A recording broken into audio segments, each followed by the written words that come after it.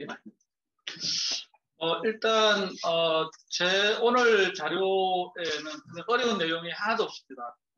그래서 이제, 한쪽 귀로 듣고 한쪽 귀로 흘려도, 여러분들 충분히 캐치하실 수 있을 정도의 내용들이라 가지고, 그 안에 뭔가 고도의 어떤 뭔가 이제 어떤 연구의 결과 이런 것들이 아니고, 지극히 논리적이고, 지극히 상식적인 내용들이라 가지고, 그냥 들으시면, 뭐, 그럴 수도 있겠네. 정답은 아닐지라도 그럴 수 있겠네. 충분히, 이해하실 수 있는 내용들이 되겠습니다. 그리고, 저의 백그라운드는 표준화입니다, 표준화.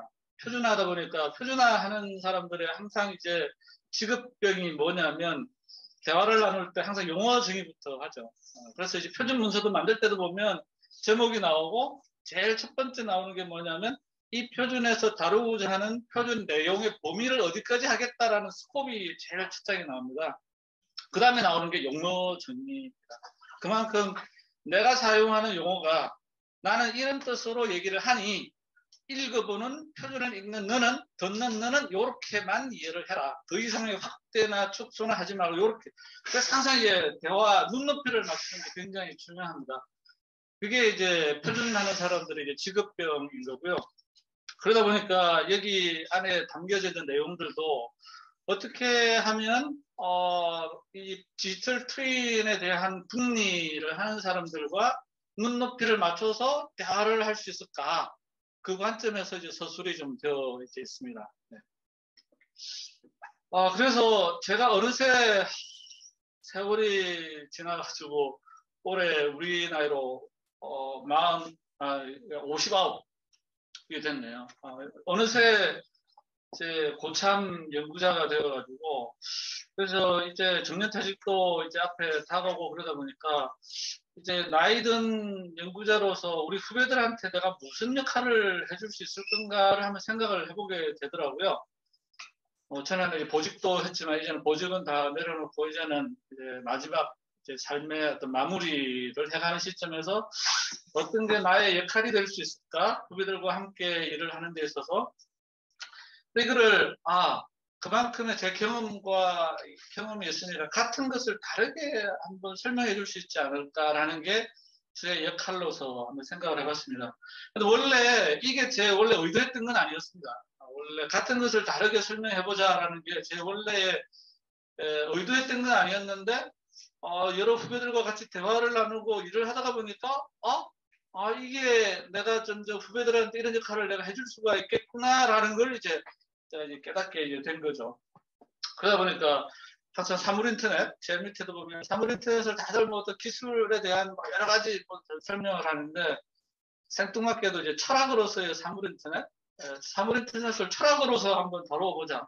이런 내용들. 그래서 오늘 내용에도 이제 그런 내용들이 담겨져 있습니다. 왜냐하면 디지털 트위는 개념 기술입니다. 개념 기술. 사물인터넷도 개념 기술입니다. 개념 기술? 무슨 말이지? 자, 그래서 이게 두 가지가 같은 속성, 디지털 트윈도 그렇고 사물인터넷도 그렇고 같은 속성입니다. 개념 기술로서. 그래서 철학으로서 철학적 사유의 주제로서 생각해 볼 수 있는 디지털 사물인터넷을 디지털 트윈에서도 똑같이 한번 받아들일 수가 있습니다. 그다음에 스마트 시티 쪽도 그렇고요. 디지털 트윈의 꿈의 경우에는 저희가 2017년인가요? 네, 2017년부터 제조 분야의 디지털 트윈을 도입하기 위한 국제 표준화 작업을 시작했습니다. ISO에서. 그래서 이제 ISO 23247이라고 하는 국제 표준을 재작년 2021년이죠. 재작년에 퍼블리케이션까지 끝냈는데 그 표준을 4년에 걸쳐서 이제 만들다 보니까 우리 동료들하고 계속 이제 여러 가지 토론을 했죠. 디지털이란 뭔가? 이걸 제조 또는 여러 산업에 적용하기 위해서는 어떤 컨셉, 어떤 관점에서 이거를 풀어나가야 될 건가, 어떻게 그려나가야 될 건가를 계속 토론을 했었는데, 토론을 하다가 보니까 이게 밥 먹다가 술 먹다가 커피 마시다가 토론하고 나면 다 공중으로 다 사라져 버리는 거예요. 그래서 그 중에 표준 안에 담을 것들은 표준 문서 안에다 다 내용으로 담았지만 표준에 담을 수 없는 내용들, 그게 공중으로 다 사라져 버리니까 이거를 우리 한번 책을 한번 만들어 뭔가 보고서로 정리를 좀 해보자. 문서로서 정리를 해보자. 근데 이게 보고서 만드는 게 원래 우리 저희가 과제 안에 포함이 되어 있었으면 당연히 숙제니까 하죠. 하든지 했겠죠. 근데 우리는 표준을 만드는 거는 과의였기 때문에 반드시 목표 달성을 해야 되는데 이 논의의 내용들을 정리하는 거는 거의 뭐 숙제가 아니니까 그냥 말로만 해보자 했는데 하지도 못하다가 하지도 못하다가 어느 날 이제 필에 꽂혀가지고 시작을 하게 돼서 좀 이따가 다시 말씀드리고요. 오늘 여기 담겨져 있는 내용들은 개발에 대한 내용은 하나도 없습니다. 그래서 이제 개발자를 대상으로 하는 게 아니고 디지털 트윈이란 무엇인가? 이 디지털 트윈을 우리 현실 속에 존재하는 무엇인가에 적용을 하고자 할 때 어떻게 적용을 해야 될 건가?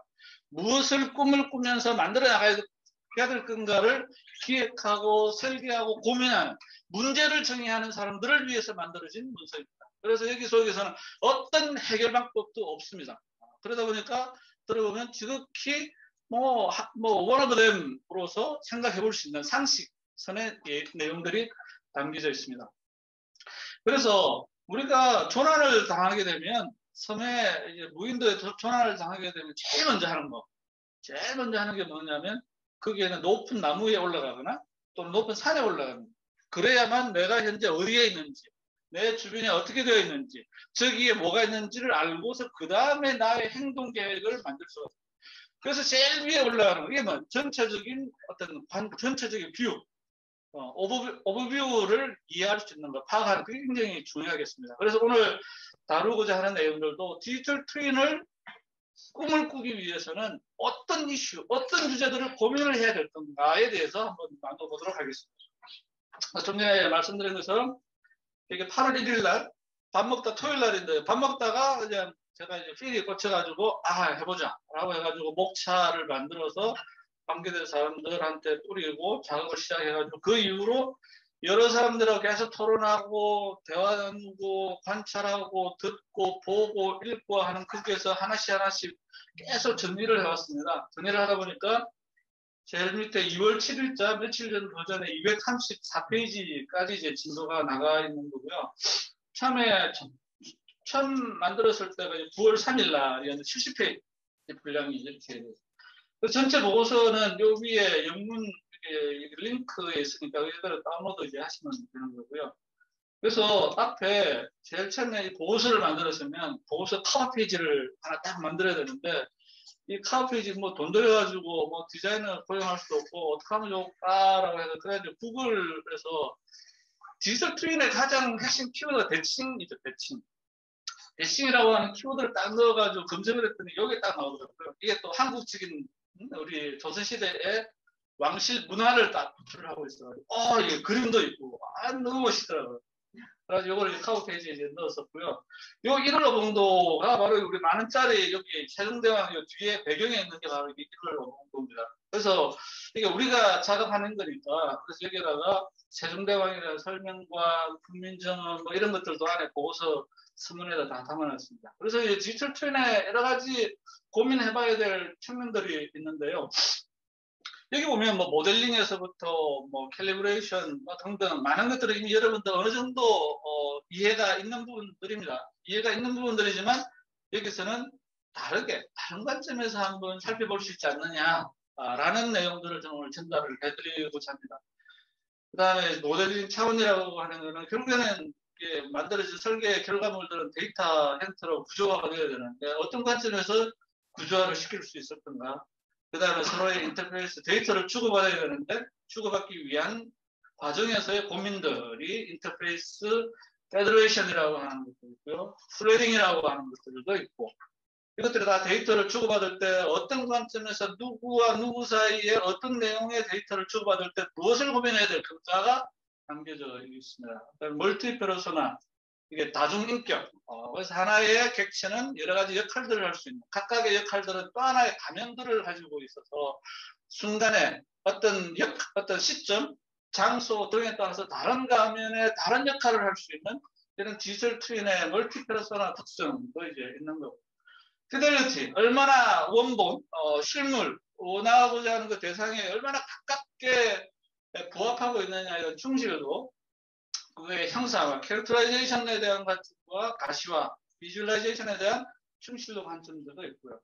그 다음에 우리가 뭔가 일을 할 때 맨땅에 헤딩해서 그냥 안개 속에서 뭐 더듬더듬 하는 것보다는 뭔가 레퍼런스가 있으면 그 레퍼런스에 맞춰가지고 이거 내가 갈 길 이야 아니야 또는 뭔가 선택을 할 수가 있죠. 뭔가 레퍼런스가 있으면 훨씬 일을 수월하게 할 수가 있습니다. 거기에 대한 것들, 그 다음에 성숙도, 어느 정도 수준까지 할 것이냐. 예를 들어서 사람을 디지털 트윈 모델로 만든다라고 하면 그냥 혈관만 할 것이냐, 뼈만 할 것이냐, 아니면 유전자 레벨까지 할 것이냐. 물론 유전자 레벨까지 하는 거는 아직은 어렵긴 하겠고, 어쨌거나 이게 하나의 성숙도에 대한 레벨이 될 수가 있겠습니다. 이러한 내용들에 대한 전체적인 고민의 내용들을 함께 나눠보고자 합니다.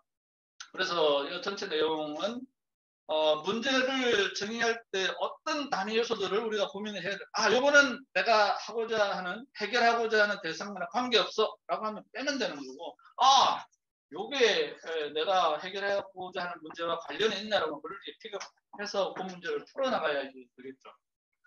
그래서 여기 코끼리의 퍼즐이 이제 있는데요. 이 퍼즐의 전체를 다 할 필요가 없죠. 이 중에 내가 필요한 것만 선택을 하면 되는데 그 필요한 게 어떤 것들이 있는지를 우리가 미리 알면 훨씬 의사결정에 도움이 이제 되겠습니다. 자, 그래서 사물 인터넷과 디지털 트윈에 대한 궁극적인 본질적인 요소.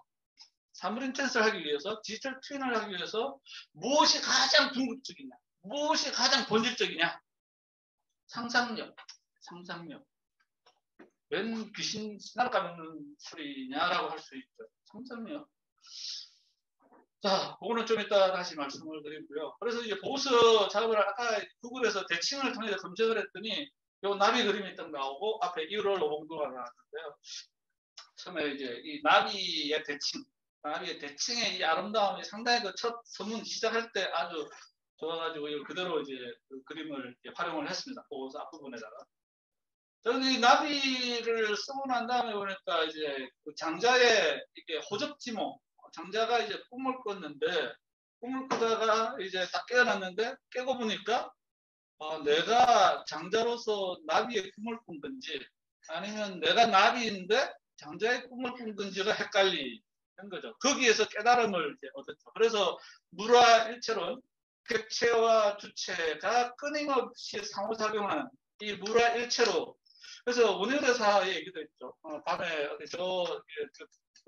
그 법을 구하기 위해서 가다가 이제 무덤에서 이제 잠이 들었는데 밤에 목이 말라서 물을 마셨더니 너무나 달게 맛있게 먹었는데 다음날 아침 일어나고 보니까 그 해골바가지에 있던 물. 거기에서 깨달음을 얻고서 가다가 이제 돌아온 하나의 깨달음이죠. 관점의 변화. 이런 것들. 고접지몽도 역시 마찬가지입니다.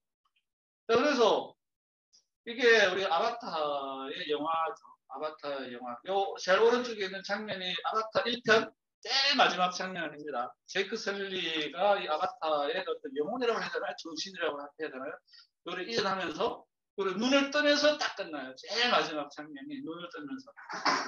얘도 끊임없는 이제 서로의 상호작용이 이제 존재를 하는데 이 아바타의 종족 이름이 나비. 처음 저희 보고서 이제 써 나가다가 이 우연의 일치. 네? 이 우연 나비의 대칭에서 출발을 해서 장자의 호접지몽의 나비가 이루어지고 이 아바타의 또 이게 나비 이 우연의 일치가 저는 굉장히 전율을 받아왔습니다. 그리고 왜 그때 당시에 이 아바타를 영화를 찾아봤었느냐면 보고서를 만들면 뭔가 책을 만들면 모든 책을 만드는 사람의 어떤 그 보고서를 만드는 사람의 꿈은 뭐냐면 어떻게 하면 내가 생각하고 있는 거, 내가 경험한 거, 내가 이해하고 있는 것을 많은 사람들과 함께 나눌 수 있을 건가가 항상 모든 글을 쓰는 사람들의 항상 궁극적인 관심인 거거든요. 그래서 저도 안에다가 뭔가 사람들한테 뭔가 호기심을 줄 만한 눈길을 끌 만한 뭔가 있으면 좋겠다. 그게 아바타 영화. 왜냐하면 그 아바타 영화에 많은 상징들이 디지털 트윈들과 닮아있는 부분들이 있어가지고 그래서 보고서 안에는 제가 이제 아바타 영화에서 인사이트를 얻었다라고 썼지만 사실은 그게 아니고 거꾸로 개념을 먼저 정리를 하고 이 개념을 무엇에다가 이제 빗대면 사람들을 이제 유혹을 할 수 있을까? 이게 해가지고 이제 아바타 찾게 됐던 거고요. 그래서 아바타의 이제 영화의 이미지, 영화의 여러 가지 이미지를 캡처해가지고 보고서 안에다 담았었는데 이 저작권을 갖고 있는 디즈니한테 연락해가지고 야 우리 보고서 이거 작업하고 있는데 여기에 너희 아바타의 영상의 이미지가 우리가 설명하고자 하는 개념과 잘 부합이 되더라. 이 이미지 좀 이렇게 사용을 보고서 안에 담아도 되겠느냐라고 물어봤더니 이유는 묻지 말고 안 돼! 그러더라고요. 결국에는 그래서 아까 앞에 페이지 번호가 있죠. 페이지 번호가 잘 있었는데 8월 30일 날 만들었을 때가 72페이지였었는데 그다음 9월 3일 날 마지막 릴리즈 할 때 72페이지가 70페이지로 줄었던 이유가 그 6페이지 안에 그 아바타 영상 이미지하고 개념하고 매핑을 살짝 치우면서 이제 그렇게 됐습니다. 자, 여기서부터 이제 본격적으로 이제 시작을 하겠습니다. 자, 디지털 트윈은 뭐냐? 앞서 말씀드린 것처럼 개념 기술이다. 개념 기술이란 이 웬 씨나라 까먹는 소리지는 좀 이따 상세히 좀 설명을 드리고요. 시스템 기술이고 플랫폼 기술입니다. 그리고 이 디지털 트윈은 똑같이 사물 인터넷도 똑같이 개념 기술이고 시스템 기술이고 플랫폼 기술입니다. 여기 무슨 뜻인지는 좀 다음 슬라이드에 나오고요. 그리고 개념이 가지는 진정한 가치는 영감을 줍니다. 그 개념을 통해서 이것을 받아들이고 소화하고 이해하고 만들어가는 사람한테 무엇인가에 대한 힌트와 동기 또는 자극, 인사이트, 영감을 주는 요게 개념이 가지고 있는 가장 큰 힘이 되겠습니다. 그래서 다양한 형태로 만들어낼 수 있는 기회를 만들어요. 그런데 규격은 소통의 합을 만드는 딱 정해진 대로 서로가 대화를 우리가 와이파이 연결해가지고 다 쓰는 거 이게 소통의 합이죠. 블루투스 이용해가지고 다 통신을 하고 있죠. 그게 서로의 커뮤니케이션 합을 맞추는 게 그게 어려면 정해진 대로 하기 때문에 거기에 맞춰서 대화를 우리가 한글도 마찬가지고 영어도 마찬가지고 우리 한국어도 이렇게 대화 여기서 살고 있는 것도 마찬가지고 소통의 합이 만들어질 수 있는 이게 규격에 가진 힘이고 자, 그래서 먼저 제일 오른쪽에 시스템 기술은 밑에처럼 하나하나의 블록들을 점점 합쳐가지고 다음에 또 블록이 되고 다음 단계 올라가면 또 블록이 되고 이런 게 이제 시스템 기술입니다. 그래서 디지털 트윈도 그렇고 사물 인터넷도 그렇고 여러 가지 요소 기술들을 결합시켜가지고 점점점 더 큰 목적하는 걸 만들어내는 게 이제 시스템 기술입니다. IoT도 그렇고 디지털 트윈도 그렇습니다. 플랫폼 기술은 여기 있죠. 플랫폼들은 뭐 레고 블록처럼 넣었다 뺐다 하나 기본 틀이 있으면 기본 판때기 기본 틀이 있으면 거기에 무엇인가의 역할을 하는 기능을 하는 모듈들을 넣었다가 뺐다가 딴 걸로 대체를 할 수도 있고 와이파이를 블루투스 대체를 하고 이런 여러 가지 이게 플랫폼 기술이 가지고 있는 의미입니다. 그래서 IoT도 기본 플랫폼이 존재를 하고 있고 그 다음에 디지털 트윈도 기본 플랫폼이 존재를 하고 그 플랫폼 안에다가 무엇인가 새로운 기능이 필요하면 넣는 거고 이거는 더 이상 필요 없어서 빼는 거고 이런 식으로 레고블록 형태로 만드는 기본 판때기 이게 털 이거를 이제 플랫폼 IoT도 그렇고 디지털 트윈도 그렇고 이런 플랫폼 형태의 소프트웨어 시스템으로 만들어지게 됩니다. 그 다음에 이제 개념 기술은 설명할 게 좀 많습니다. 왜냐하면 오늘의 철학으로서의 사물 인터넷, 철학으로서의 디지털 트윈을 생각해보는 핵심 근거가 바로 개념 기술에 있기 때문에 이 개념 기술에 대해서는 좀 더 설명을 드리도록 하겠습니다. 개념 기술, 사물 인터넷, 디지털 트윈, 클라우드 컴퓨팅 이게 다 개념 기술입니다.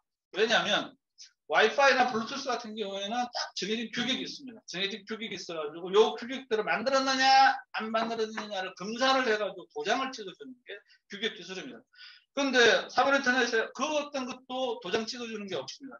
다만 사물 인터넷을 구현하기 위해서 필요로 하는 요소 기술들이 있는데 그 요소 기술들이 제대로 만들어졌는지는 검사를 해줄 수 있습니다. 그때 이 전체를 검사해 주는 건 없습니다. 디지털 트윈도 마찬가지고 디지털 트윈을 만들기 위해서 사용할 수 있는 요소 기술들은 수없이 있고 각각의 요소 기술들이 제대로 잘 만들어졌는지를 검사할 수 있는 것들이 있는데 이 전체를 검사해 주는 건 없습니다. 그래서 이게 전체적으로 개념 기술이라고 할 수 있는 거고요. 구현 기술 밑에 블루투스, USB 다 정해진 대로만 해야 됩니다.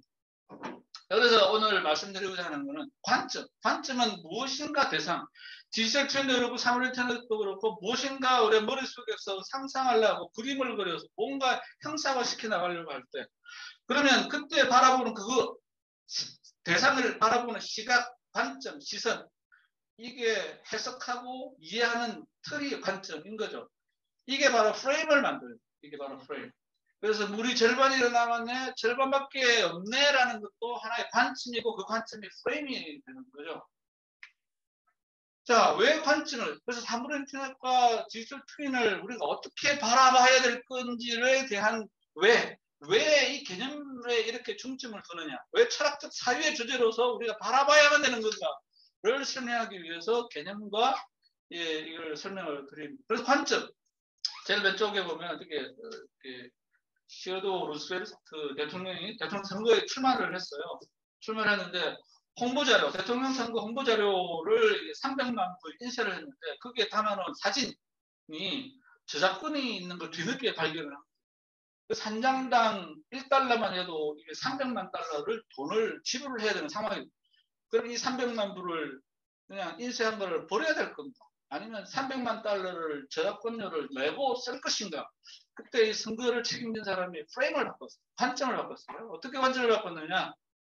책임자가 사진 저작권을 갖고 있는 그 사진가한테 연락을 해가지고 당신의 사진을 대통령 선거 홍보물에 넣을 수 있는 기회를 줄 테니 너 얼마를 기부할래? 라고 관점을 바꾼 거예요. 오늘 이거 나한테는 좋은 기회인데 근데 제가 갖고 있는 돈이 몇십 달러밖에 없어가지고 이거라도 괜찮을까요? 예, 그거라도 감사합니다. 오히려 돈을 바꿔서 이걸 그대로 썼어요. 관점을 바꿈으로 해서, 프레임을 바꿈으로 해서. 마찬가지로 오른쪽에도 그렇죠. 기도 중에 담배를 피워도 되나요? 담배를 피우는 중에 기도를 하면 안 되나요? 관점에 따라서 값이 달라지죠. 밑에도 마찬가지. 자, 개념. 자, 구형기술은 앞서 말씀드린 B 더하기 C는 A일 때 B는 1이고 C는 2이면 이게 딱 구형기술이죠. 구형. 만약에 B 자리에 다른 숫자 들어가면 틀린 거죠. 그 다음에 오른쪽에 있는 거, IP, 우리가 인터넷 사용할 때 쓰는 IP 버전 4의 헤더. 여기 다 비트 단위로 되어 있다. 비트 단위. 이 비트 하나에 숫자 비트 플랫 하나가 0에서 1만 바뀌면 이 목적지가 달라져가지고 IP 주소가 달라지고 이 데이터가 오고 가지 않습니다. 그래서 구형기술이라고 하는 거는 정해진 대로만 반드시 해야 되나 100%딱 맞춰야만 되는 게 다 구형기술, 규격기술들이 개념기술은 사례가 있죠. 사람은 머리, 몸통, 팔다리를 보시면 된다. 팔 2개, 다리 2개가. 이게 개념이죠. 이 개념을 통해서 만들어내는 형상은 여러 가지가 될 수 있어요. 여러 가지. 이 개념을 부합하는 여러 가지의 형태로 만들어낼 수가 있습니다. 그 다음에 사례 2 같은 경우에도 보면 머리는 뭐 눈 2개, 귀 2개, 코 하나로 이루어져 있다.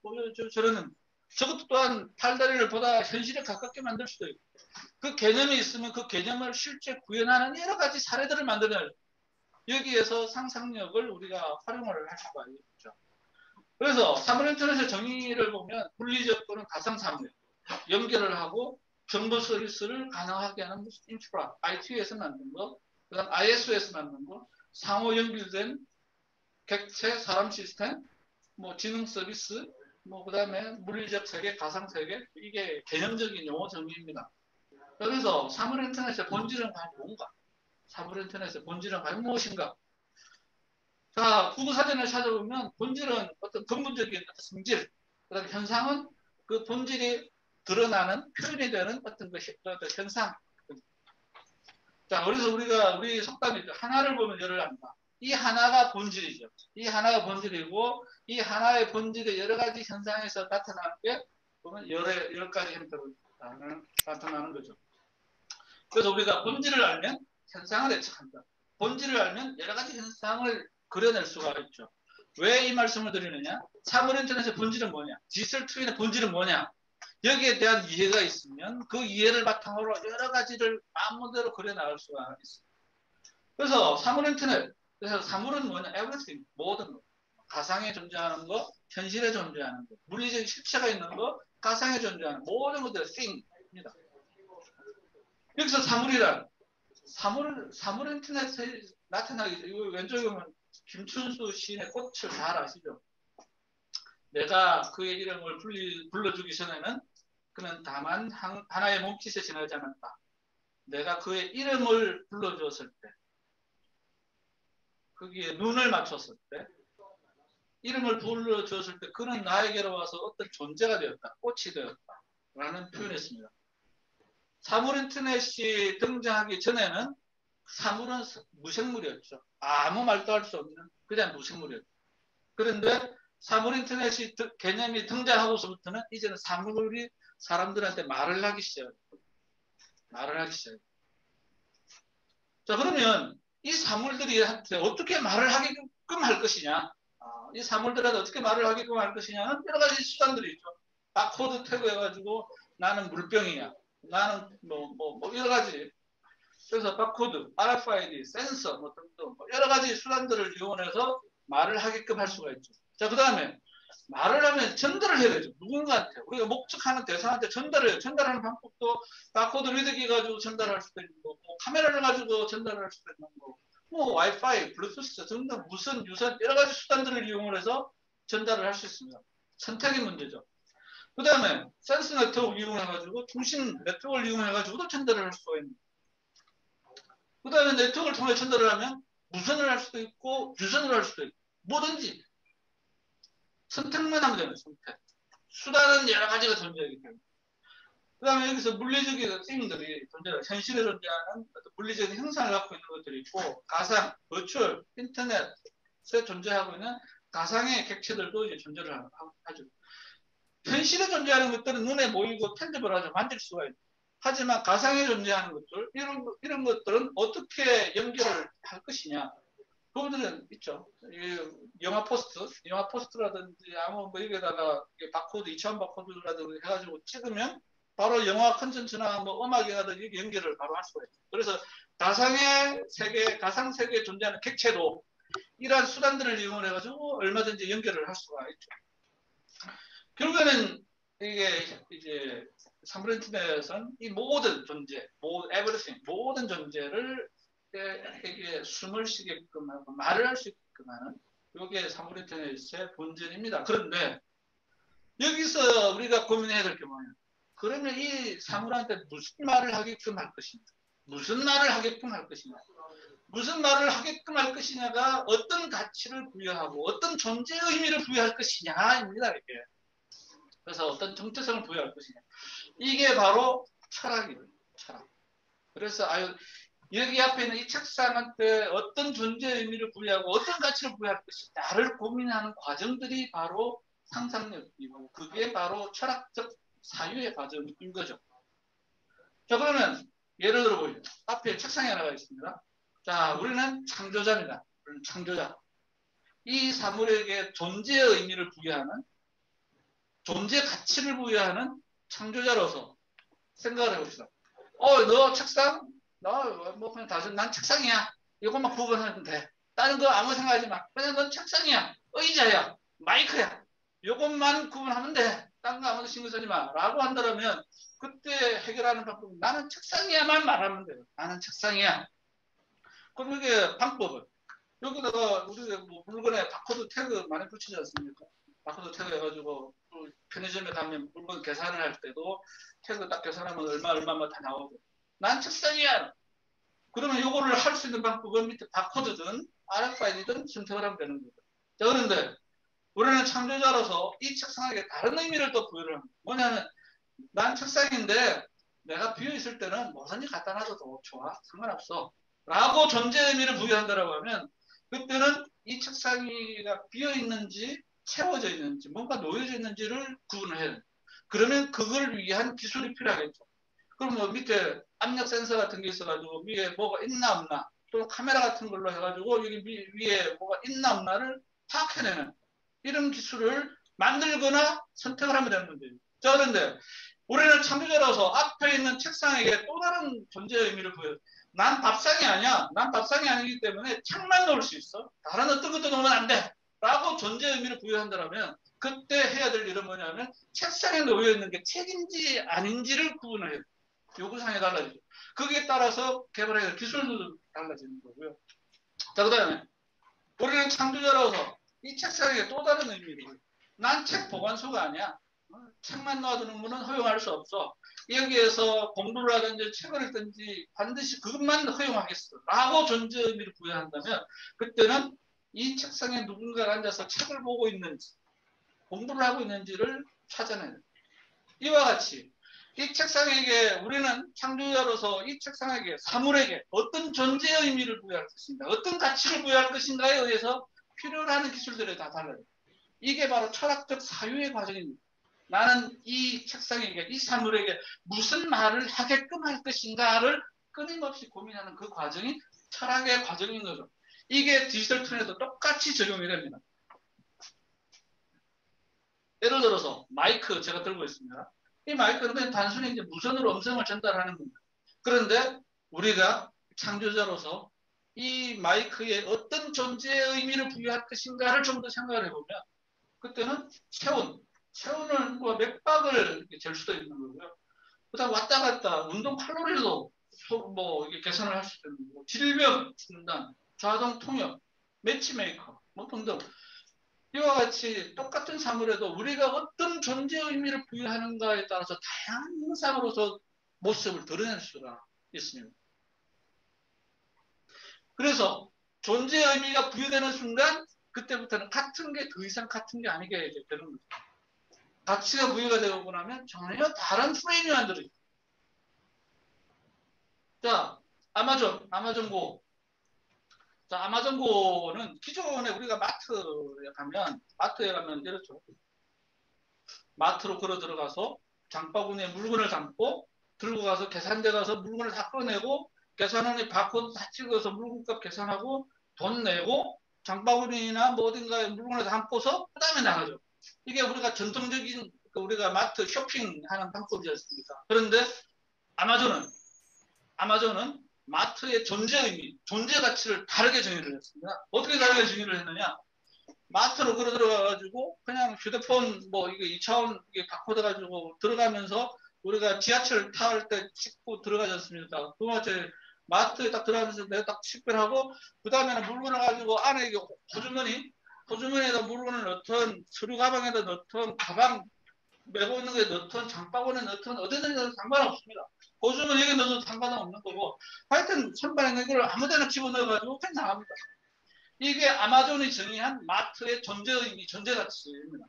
자, 그럼 이 존재 의미, 존재 가치를 기술로서 구현을 해야 되죠. 기술로서 어떻게 구현을 했느냐?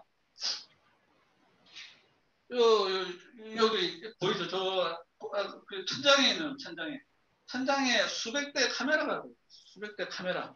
카메라가 있어가지고 그 사람의 얼굴, 왜냐면 그래야 그 사람 식별을 하니까 그 사람의 얼굴과 그 사람 모든 행동을 딱 이제 카메라로 찍어가지고 이게 물건을 구매하는. 그래서 예를 들어서 물건 하나 딱 가지고서 안주머니에 싹 넣었다가 이게 마음이 바뀌었어요. 그럼 여기서 빼요. 그러면 자동으로 마이너스 1이 됩니다. 호주머니에 넣었다가 이게 마음에 안 들어 딱 올리면 또 마이너스 1. 그러다가 또 한 번 딴 거 하나를 또 집어넣으면 또는 손을 치면 또 플러스 1. 다 이렇게 하고 있습니다. 자, 그러면 제일 오른쪽에 사진이 있죠. 자, 여기서 생각해 볼 수 있는, 상상을 해볼 수 있는, 안 가봤어요. 이게 안 가봤는데 저렇게 줄이 굉장히 긴 사진이 있더라고요. 왜 저렇게 줄이 길건가? 제 나름의 추측은 뭐냐면, 자, 좀 전에 말씀드렸던 이러한 방식이라면, 예를 들어서 편의점 안에, 예를 들어 요 광의장이 있죠. 요 광의장에 1000명이 만약에 있다. 라고 하면 그 사람의 행동을 과연 카메라를 통해서 알아낼 수 있을까요? 빽빽하게 붙어가지고 뭐 이렇게 하는 거 전혀 알아볼 수가 없겠죠. 따라서 그 사람의 행동이 물건을 구매하는 행동인지 아니면 호주머니에 있던 거를 빼가지고 올리는 행동인지를 식별할 수 있는 정도의 각 개인 간의 거리가 있어야만 풀어낼 수가 있는 거예요. 그래서 편의점 전체에 수용할 수 있는 인원의 수가 한정이 되어 있을 거다라는 게 저의 합리적인 추측이 가보지는 않았기 때문에, 그러다 보니까 저 사람들 무조건 넣을 수가 없는 거죠. 그냥 그 안에 정해진 숫자대로 어느 정도 이동 동선 파악할 수 있는 정도까지 수용할 수 있는 것까지만 하고 나가면 또 들어가고. 그래서 저렇게 줄이 깊지 않을까라는 게 가보지는 않았지만 해보는 합리적 추측이 이제 되겠습니다. 자, 그래서 사브렌트에서 우리가 눈높이 대화가 필요합니다. 눈높이 대화가 이제 필요한 게 뭐냐면, 우리가 이게 오늘 여기 계신 분들은 다 연구자 또는 개발자 또는 학생 이런 분들이기 때문에 사브렌트에서는 철학적, 디지털 투자는 철학적 사유의 주제다라고 얘기를 해드려요. 그런데 투자자한테, 야, 내 호주머니에 돈이 굉장히 많이 있는데 내가 누구한테 투자를 해야 될지 고민을 하고 있는 중이야. 사물인터넷은 뭐냐? 디지털 투자는 뭔지 한번 설명해봐. 라고 할 때, 그 투자자한테 사물인터넷은 철학적 사유, 디지털 투자는 철학적 사유 상상 이렇게 얘기하면 과연 그 사람의 호주머니에서 돈이 나올까요? 따라서 우리가 대화를 할 때는 상대가 누구냐에 따라서 다르게 설명해야 될 필요가 있습니다. 오늘 여기 계신 분들은 다 같이 디지털 트윈이 뭔지, 디지털 트윈을 어떻게 우리가 이 형상화시켜 나갈 건지를 함께 고민하는 분들이기 때문에 철학적 사유의 주제로서 생각해 볼 수 있다라고 말씀을 드리는 거지만, 만약에 돈을 가지고 있는 투자자라고 하면 저는 절대 그렇게 얘기 안 하죠. 이와 같이 우리가 대화를 나눌 때는 항상 상대가 누구냐에 맞춰서 대화를 해야 되겠습니다. 그래서 사물인터넷과 디지털 트윈의 핵심, 본질적인 것은 바로 상상력, 철학적 사유. 이게 본질이고, 이 본질을 통해서 그 다음에 다양하게 형상화시켜 나갈 수가 있습니다. 그래서 형상화시켜 나가는 무엇을 대상으로 어떻게 형상을 해 나갈 거냐가 다음 게 있는 겁니다. 그래서 이렇게 설명을 하고 나면 많은 이제 개발자들이 얘기를 할 수 있죠. 그래, 알았어, 됐고, 그래서 나보고 어쩌라고. 철학, 상상력 다 좋아. 뭐 나도 딴 데서 다 들어본 말이고 충분히 공감되는 말이야. 그래, 오케이, 알았어. 그래서 나보고 어쩌라고. 여기에 대한 답이 바로 문제 정의에 많은 노력을 기울여야 된다라는 게 결론입니다. 문제 정의에 많은 시간과 돈과 사람, 노력을 집중해야 된다라는 거고, 그런 문제 정의란 대상을 정하고 목적이 뭔지, 왜 이 짓을 하는 건지, 그다음 관련이 되어 있는 건 뭔지, 문제 정의하는 방법론들이 굉장히 많죠. 그래서 문제 정의. 결국에는 디지털 트윈을 한다라는 거, 개발한다라는 거, 사물인터넷을 개발한다라고 하는 거는 제일 오른쪽에 있는 것과 같이 코끼리 퍼즐을 만드는 거지. 어떤 모양으로 몇 개의 피스를 만들 것인지. 그래서 얼마나 디테일하게 만들 것인지, 이거를 코끼리 퍼즐을 만드는 게 바로 문제 정의하는 과정인 거죠. 그래서 하나를 보면 열을 안다라고 하는 게, 우리가 어떤 형상으로 만들어 가야 되는지에 대한 기본적인 틀, 이해가 있으면 그 하나를 바탕으로 여러 가지 형상으로 이제 만들어낼 수가 있는 겁니다. 자, 그러다 보니까 제가 이제 해양 생태계 쪽에 누군가 대화를 나눴었는데, 저는 이제 해양 생태계 독성 영향 평가 전혀 못해요. 하지만 그 도메인 날리지에 대해서는 모르지만, 이거를 디지털 트윈으로 형상을 할 때 어떠한 사항들을 고민해야 될 것인지를 충분히 설명을 할 수가 있죠. 그랬더니 뭐 이런, 그다음 원자력 발전소 해체 기획 컨설팅 하는 어떤 기업체 대표께서 디지털 트윈을 통해 가지고 이 원자력 발전소 해체 프로젝트를 뭔가 관리 운영을 하기 위해서 좀 고민을 하고 있는데, 그러면 디지털 트윈이 대체 뭔지 이제 궁금해가지고 책도 보고 인터넷 수많은 자료를 봤는데, 어쩌다가 유튜브에 제 AI 프렌즈 옛날에 한번 이게 수요일 날 그때 한번 발표했던 게 있습니다. 유튜브 영상이 이제 있는데요. 그거를 한번 보셨대요. 그거를 보시고 난 다음에 3번을 봤어요. 3번을. 근데 그분 말씀이 특이하더라. 다른 사람들이 설명하는 것과 다르더라. 특이하더라. 그래가지고 이 내용을 직원들과 함께 좀 공유해서 함께 이제 디지털 트윈 도입 설계하는데 좀 참고했으면 좋겠다라고 해가지고 기업체 가서 한번 세미나를 한 적도 있습니다. 그래서 3번을 봤다. 특이하더라는 게 그러면 앞서 제일 서두에 말씀드린 것처럼 같은 것을 다르게 한번 설명해보자 라는 내용이 되겠고요. 디지털 트윈에 대한 정의가 뭐 여러 곳에서 보면 이제 있습니다. 여러 곳에서 있는데, 저는 저희 나름대로의 정의를 했습니다. 이 나름대로의 정의는 뭐냐면, 결국에는 디지털 트윈은 삼위일체가 두 가지 종류의 삼위일체가 있습니다. 물리적 대상이 있고 디지털 트윈이 있고, 요 사이 인터페이스, 요 삼위일체가 존재를 하는 게 첫 번째. 그 다음에 디지털 트윈을 만들 때는 비주얼 형상과 구조적인 모델과 비헤비어 모델, 요 세 가지가 또 결합이 된 하나의 단일체. 그래서 이 두 가지의 삼위일체가 존재하는 게 이 디지털 트윈의 사물인터넷이라든지 인공지능이라든지 빅데이터 클라우드와 다른 독특한 특징인 것 같다. 이 독특한 특징을 용어 정의에 담으면 좋을 것 같아가지고 저희 나름대로 이제 정리를 했던 거고요. 그 다음에 디지털 트윈의 장점, 기대 효과는 뭐 제가 하나하나 설명드릴 건 아니고요. 이걸 따로 보고서에다 원래는 빼놨었는데 이걸 넣었던 이유는 뭐냐면 어떤 기업체가 인공지능하고 IoT를 도입하기 위한 프로젝트 제안을 기획을 하면서 돈이 얼마가 들어가는데 이걸 하게 되면 어떤 효과가 있다라는 걸 정리를 다 보고를 다 했어요. 투자자들을 다 했는데 그다음 디지털 트윈을 도입을 하려고 보니까 야, 그 AI 인공지능하고 이게 뭐 IoT 하면서 뭐 이런 기대 효과들이 있는데 그거하고 디지털 트윈하고 뭐가 달라? 왜 돈을 또 돈 들여야 돼? 라고 했어요. 그럼 기존의 효과와 디지털 트윈의 효과가 분명히 달라야만 투자자의 돈이 이제 나올 수 있으니까 이게 뭔지가 헷갈리더라. 그래서 뭔가 정리를 좀 해야 되겠다 싶어가지고 정리를 한 거고요. 이건 보고서 참조하시면 되겠습니다. 그래서 모델링, 인류 창조 설화에 보면 흙으로 사람 모양을 빚고 숨결을 불어넣어가 이게 항상 두 가지 관점이 나옵니다.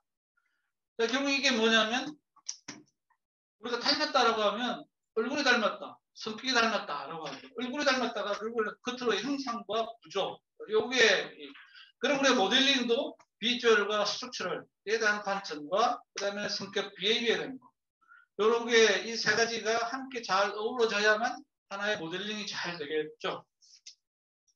그래서 요 세 가지 형상과 구조, 동작, 이게 삼위일체로 만들어진 결과가 바로 디지털 트윈이다 이제 라는 거죠. 그런데 제가 누군가로부터 질문을 받았습니다. 그러면 이 디지털 트윈에서 가장 중요한 거가 뭔가? 가장 핵심적인 거. 80대 20의 법칙이라고 한다면 80의 어떤 역할을 하는 가장 핵심적인 게 뭐냐? 그의 질문을 그거는 바로 행동 모델이다. 비헤이비어 모델이 가장 핵심이다. 그래서 배우자 선택 기준에도 보면 뭐 남자도 그렇고 여자도 그렇고 인성, 성품이 가장 중요한 배우자 선택 기준이다. 이게 바로 비헤이비어죠. 비헤이비어 모델. 결국엔 비헤이비어 모델은 이렇게 무언가 인풋이 들어오면 이 블랙박스 안에 뭐가 들어있는지, 블랙박스 안에 뭐가 들어있는지를 만들어내는 게 이게 비헤이비어에 대한 모델링이죠. 그래서 이 방법들이 모델 드리븐, 수학적이나 정해진 어떤 규칙, 이런 알고리즘 또는 수학 뭐 이런 걸 통해서 만들어내는 어떤 그 모델 드리븐 방식과 이미 관측된 실측 데이터를 통해서 모델을 만들어내는 데이터 드리븐 인공지능, 머신러닝 이런 것들이죠. 근데 이제 항상 복잡계, 우리가 해결하고자 하는 문제 도메인은 항상 복잡계로 이루어져 있어서 어느 하나만 가지고 해결하기 수는 없죠. 이 두 가지를 적절히 결합을, 디바이드 앤 컨커, 적절히 이제 결합을 시켜가지고 우리가 문제를 풀어서 이제 비헤이비어 모델을 만들어야 되겠습니다. 거기에 사람과 같은 어떤 사회적, 소사이어티, 소셜, 어떤 그 환경, 그런 것들은 에이전트 방식으로 또 모델을 만드는 뭐 이런 경우들도 이제 있는 겁니다. 자, 그런데 여기에서 우리가 모델, 캘리브레이션, 왜냐하면 모든 현실에 존재하는 모든 대상들은 시간의 흘러감에 따라 에이징이라고 하는 과정을 거치죠. 에이징. 나이가 들어가면서 하드웨어나 어떤 대상의 본래 특성들이 조금씩 바뀌어갑니다. 그게 맞춰가지고 이 캘리브레이션 작업을 반드시 해줘야 되죠. 자, 그런데 이게 행동 모델 보정이라고 하는 거 반드시 해야 되느냐? 반드시 해야 되느냐? 할 수 있으면 좋죠. 그런데 이 작업이 상당히 이게 간단한 일이 아닙니다. 그래서 이걸 결국에는 우리가 캘리브레이션 하는 이유는 뭐냐면 비헤이비어 모델을 만드는 파이널 골은 의사결정입니다. 의사결정에 써먹기 위해서. 의사결정. 자, 그럼 꼭 의사결정을 하는데 써먹기 위해서 반드시 캘리브레이션을 보정을 해야만 되는 거냐? 안 하면 안 되는 거냐? 안 해도 되죠. 안 해도. 방법은. 그래서 다른 데는 예측치하고 실제 결과치하고 계속 측정해가지고 뭐 정확도나 신뢰도를 평가할 수도 있는 거고요. 또는 이제 뭐 데이터 드리븐 방식에서 통상 많이 쓰고 있는 ROC, AUC 뭐 이런 개념을 이용해가지고도 또 할 수도 있는 거고. 자, 이게 제가 얼마 전에 어떤 그 업체로부터 컨설팅 결과 연구 기획 보고서를 받았는데 이거 좀 검토를 좀 해달라고 해가지고 이제 봤어요. 보니까 어느 한쪽은 한쪽의 보고서는 이게 환경의 변화, 어떤 주어진 시스템이 그 시간이 흘러감에 따라서 일어나는 변화에 대해서 계속 적응을 해야만 된다. 라는 거를 이제 거기다 써놨는데, 그에 대한 방법을 아마 그 BAB 모델을 아마 해외에서 사가져온 것 같아요.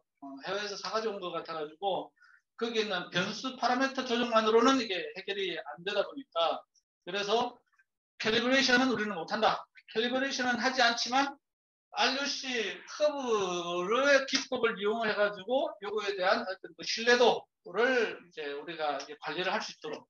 그래서 여기서 예측된 결과가 얼마나 믿을만한지 쓸만한지를 우리가 이제 알 수 있게끔 했다라고 되어 있더라고요. 근데 나머지 하나의 보고서는 이런 고민들이 전혀 안 되어 있더라고요. 그래서 우리가 아까도 말씀드린 레퍼런스, 우리가 이 설계를 하거나 기획을 할 때 어떤 레퍼런스가 있으면 이 레퍼런스에 따라서 이게 있나 없나, 없다면 두 가지 이유가 있을 수 있죠. 필요가 없기 때문에 안 했을 수도 있는 거고, 몰라서 안 했을 수도 있는 거고. 그래서 오늘 설명드리고자 하는 여러 가지 코끼리의 퍼즐 조각들도 고민해야 될 많은 이슈들이 있는데, 이게 필요하면 하는 거고 필요 없으면 안 해도 되는 거예요. 하지만 몰라서 안 한다고 하면 그때는 우리가 뭔가 실수를 하게 되는 거죠. 그래서 항상 우리가 모델링은 왜 해야 되느냐? 왜 해야 되느냐? 목적. 다들 잘 알죠? 네, 왜 잘 알죠? 제 아바타 영화 1편에 있는 거죠. 1편에 보면 나비 종족은 제일 오른쪽에는 손가락 4개입니다. 손가락 4개. 그래서 이번에 아바타 2편에 보면 이게 손가락이 4개냐 5개냐를 가지고 인간 종족 유전자를 가진 건지 안 이게 막 2편에서 많이 나오더라고요. 1편에서는 그런 내용이 없었어요. 2편에서는 그냥 아무 설명도 없이 이렇게 나왔거든요. 근데 사진에 보면 아바타는 발가락 5개, 손가락 5개. 근데 나비 종족은 4개입니다. 그러면 나비 종족을 본따서 아바타를 만들었다면 똑같이 해야 되는데 왜 다르게 했을까? 어떤 의도가 있었길래 저렇게 다르게 만들었을까를 그때 추측을 했어요. 왜냐? 제임스 카메론 감독한테 연락해서 왜 그랬느냐고 물어볼 수가 없으니 합리적 추측. 그러니까 합리적 추측의 내용이 뭐냐면,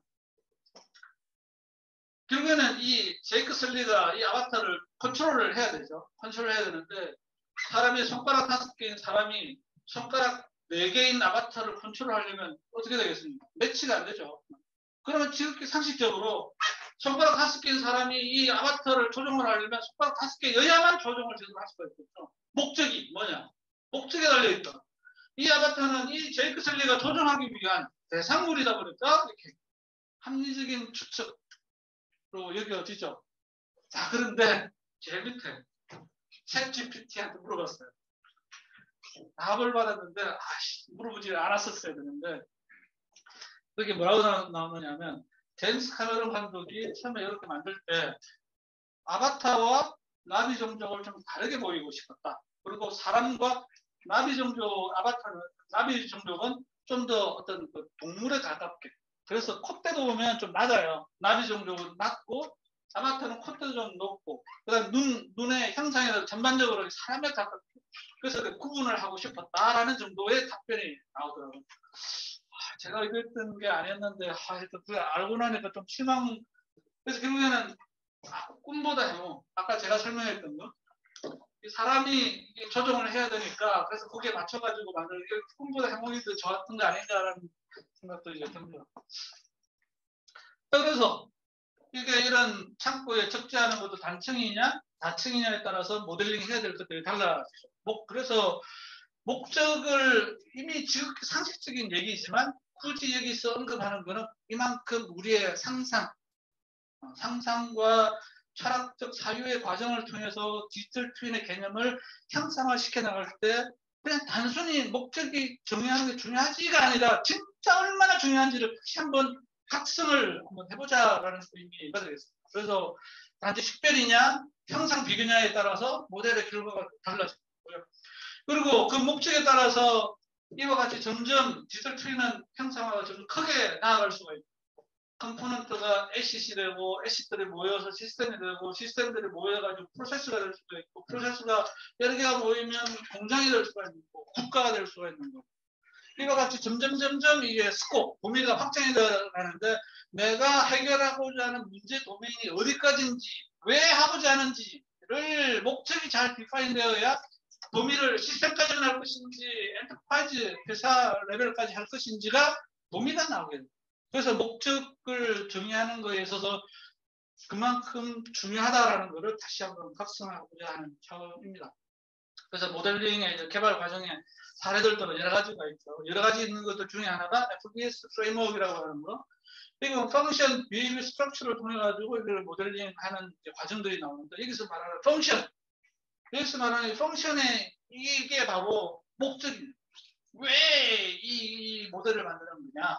이게 바로 목적이라는 거고, 이 펑션의 목적이라는 거고, 이게 바로 requirement. 왜 내가 이걸 개발하고 있냐? 그 다음에 비헤이비어 스트럭처를 모델링하는 하나의 과정들의 하나 이그젬플 사례가 되겠습니다. 그러면 이렇게 만들어낸 거를 뭔가 어떤 체계적인 어떤 디스크립션을 해요. 디스크립션. 이 디스크립션을, 왜냐하면 디스크립션을 해야만 나 혼자서 독야청청하는 게 아니라 나와 함께 일하는 그들 간에 서로 주고받고 의사소통을 할 수가 있기 때문에, 그래서 그걸 어떻게 디스크립션을 이제 하느냐가 CSML, OPM 이런 것들 아마 잘 많이 들어보셨을 것 같고요. 근데 요 밑에 링크에 있는 논문을 보면 요 두 가지의 장단점이 있는데, 이게 CSML은 too much specific 해서 거기에 대해서 들여다보다 보면 주와 인마에 빠져서 이게 뭐가 뭔지 이게 그냥 오리무중이 이제 될 정도로 이건 좀 너무 too much specific한 큰 특징들이 있는 것 같더라. 그래서 해결하고자 하는 대상이 좀 작거나 단순하거나 그러면 아무 문제가 없는데 좀 복잡해가지고 하면 그때는 OPM이 좀 더 나은 방법이지 않겠냐. 그런 내용들이 요 안에 담겨져 있습니다. 사람이 또 개입을 할 수 있는 사람이. 그래서 전혀 이와 같이 오프들로 해서 사람이 이 프로세스에 전혀 개입하지 않는 그 다음에 데이터 통신이 왔다 갔다 데이터가 오고 가더라도 사람을 지키며 보는 상황. 그래서 저기 온들루 같은 경우에는 엑스큐션을 시킬 수가 있고, 근데 로직이 another input은 아니지만 내가 이 인풋을 실행을 시킬 건가에 말할 것인가에 대한 another input은 아니지만 액션을 하는, 그래서 패시브 파티시페이션, another input으로서 들어가는 인들로 이와 같이 디지털 트윈을 모델링 할 때 이런 사람의 개입 형상들이 이제 나타날 수가 있습니다. 자, 이 경우에 저기 패시브하고 액티브 같은 경우에는 사람이 무엇인가에 작용을 하기 때문에 그 사람의 버릇, 습관, 행동이 영향을 미칠 수가 있죠. 자, 그러면 그 사람의 습관이라든지 성격, 습관, 버릇 이런 것들이 이 시스템에 영향을 미칠 수 있다면 그 사람의 버릇이나 습관 이런 것들도 모델 안에다가 반영을 해야 될 수도 있죠. 그런데 그 목적이 그렇게 예민하지 않으면 그거는 그냥 무시할 수도 있겠지만, 하고자 하는 해결 대상이 정말 정밀하게 뭔가 사람의 행동 특성까지도 고려를 해야 된다면 반드시 넣어야 되겠죠. 그런 점에서 앞에 있던 FBS가 퍼스널리티까지도 이 모델에 넣어야만 제대로 된 결과를 예측해낼 수가 있겠죠.